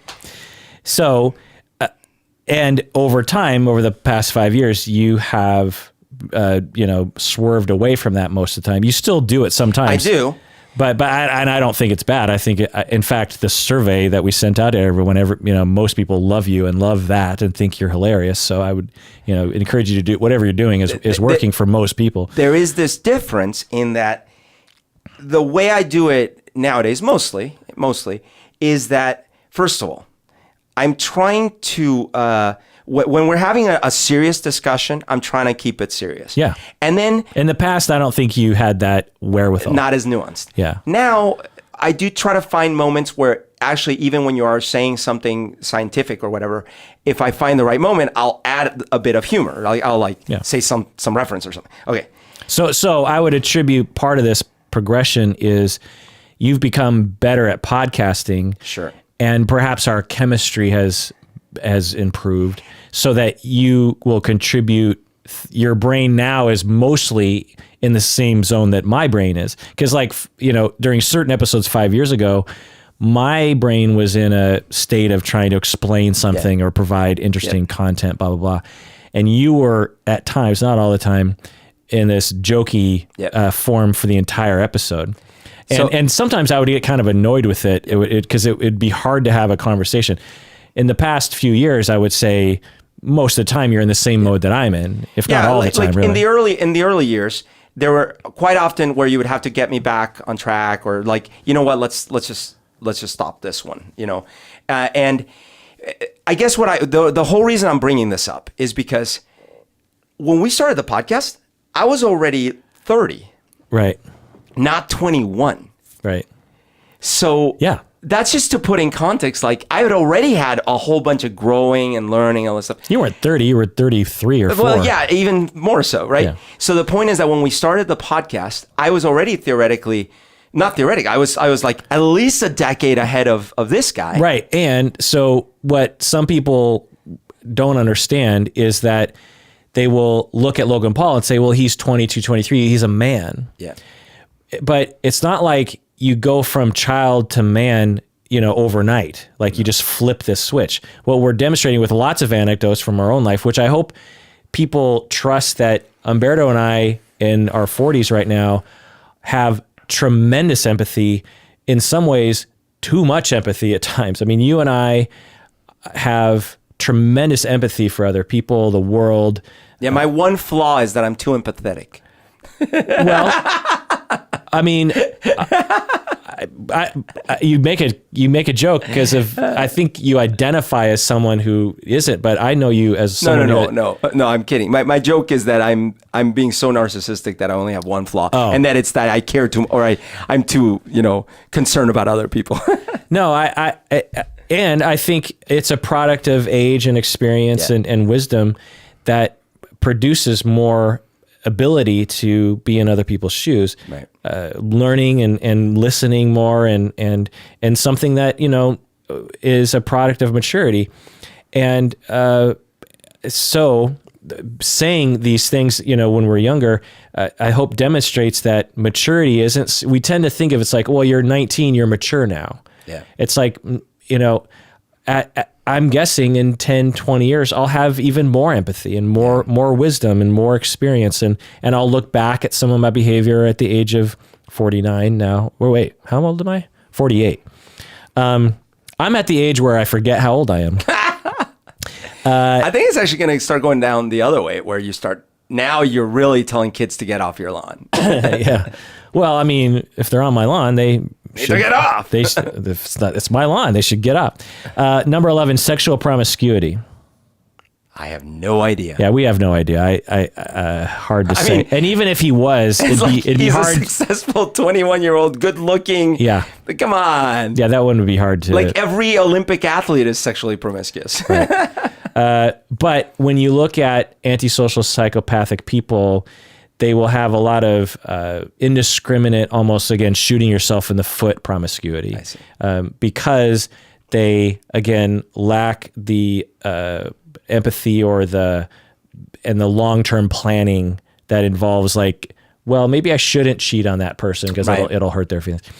Number 12, early behavioral problems. I don't know. Yeah, we don't know. I couldn't find actually anything about any detail about his childhood or his parents' personalities. There wasn't any evidence, but who knows? 13, lack of realistic long-term goals. I mean, come on. Like, that's the kind of thing where you would say, like, what, do you think you're going to be making money at this YouTube business? Yeah. Yep. I would say, again, there's no evidence of this one. Even while he was famous on Vine and on YouTube and Twitter and stuff, he actually did start college. Yeah. And was planning on having a regular career. Well, and you've mentioned he's got multiple businesses now, not just the channel. And halfway through university, he's like, actually, I think I'm going to go full time into this kind of stuff. And so I would say there's really no evidence of a lack of realistic long-term goals. 14, impulsivity. We've already talked about that one. 15, irresponsibility. We've talked about that one. 16, failure to accept responsibility for own actions. We've already talked about that one. 17, many short-term marital relationships. There's not enough time for that one. 18, juvenile delinquency, meaning, getting in a lot of trouble when you're a teen. Clearly not enough because he's famous enough to where like that wouldn't have been a secret. Hard to know, but no evidence. Yeah. He's white and blonde and blue-eyed, so, because that's actually one of the things that we haven't talked about is like, let's say he's black or Middle Eastern. Sure. And doing all these things, jumping on top of TV vans, driving around, harassing people, going to Japan, harassing people. Like, I just have to imagine that his, the stereotypes associated with a blonde kid from Ohio with pale skin somehow makes it more funny and more swallowable. And then I started thinking, well, PewDiePie is pretty white too. Oh yeah. The top one's Shane Dawson. Yeah. It's also. Yeah. So it's just like, that's interesting, By the way, it was Ray something. Ray Johnson. Well, wasn't something it like an Italian name? Anyway, 19, revocation of conditional release. So this is jail talk because a lot of psychopathy scales are given to people in criminal. It's just we don't know. And 20, criminal versatility, meaning that they commit lots of different crimes: stealing a car, holding up a bank, shoplifting, beating someone up. I wonder if we could do an episode at some point about how, like the prevalence of psychopathy among criminal enterprises, like the mafia or narco gangs and things like that, because so many of these seem to apply in those cases. But yeah, it's interesting. I'm sure they were attracted to it, but at the same time, it's a context. If you're in the mob, there's a system and there are rules. It's modern day. It would be like a drug dealer who commits crimes. It's a context that those are the rules. Yeah. If you live in that world, those are the rules. All right, let's conclude with a little talk about sociopathy. So, in 90% of the people on the internet are like, Logan Paul is a sociopath, right? And there's this.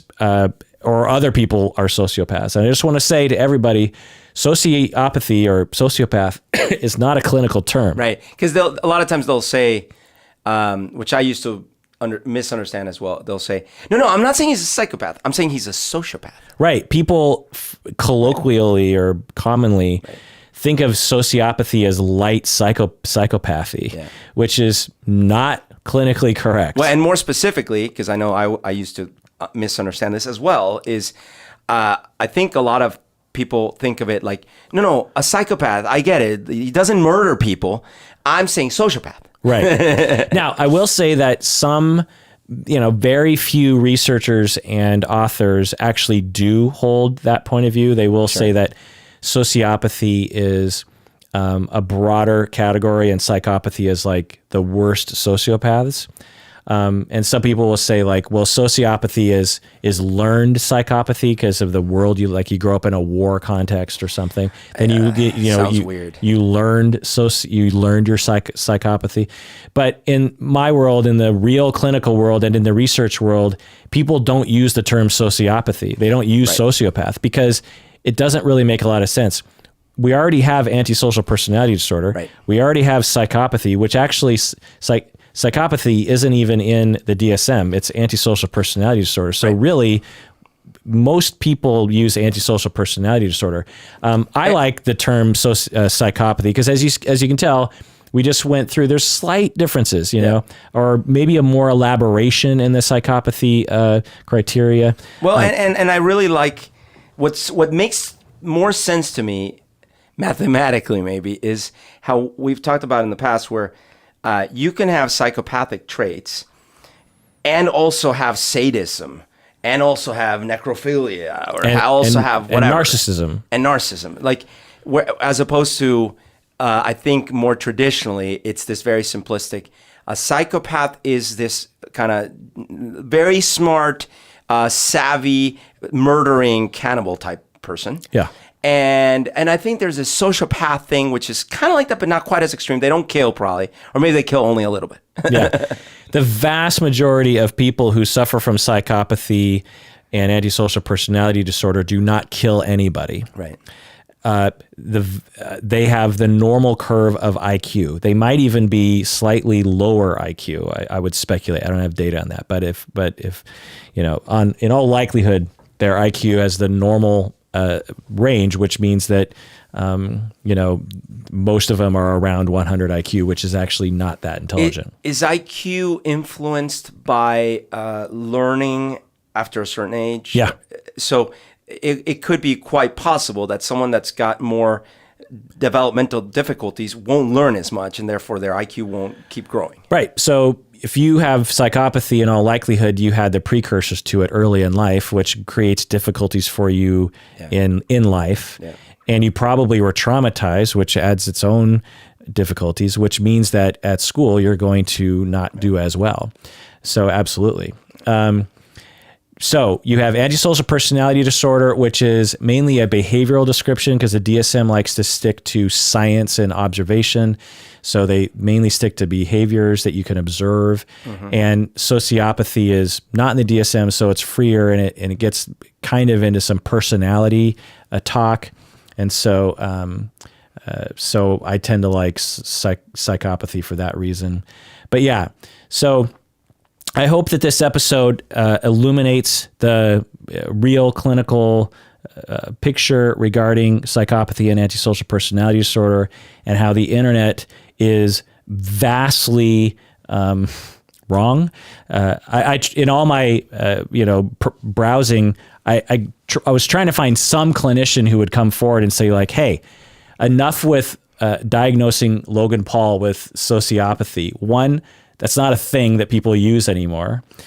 So I don't know what the hell the internet is talking about. Two, real psychopaths and real antisocial personality these other traits. have a consistent, pervasive pattern that leads to this kind of life that Logan Paul is not exhibiting. Yeah, we don't have that evidence. Now, maybe he will in the future, and maybe we're not hearing a lot, which absolutely could be true. One of his friends could come forward and say like, look, you do not know the real Logan Paul. Let me tell you something. Right. And I'd be like, okay, new data. I didn't have access to that before. Let's add that to the picture. I don't know.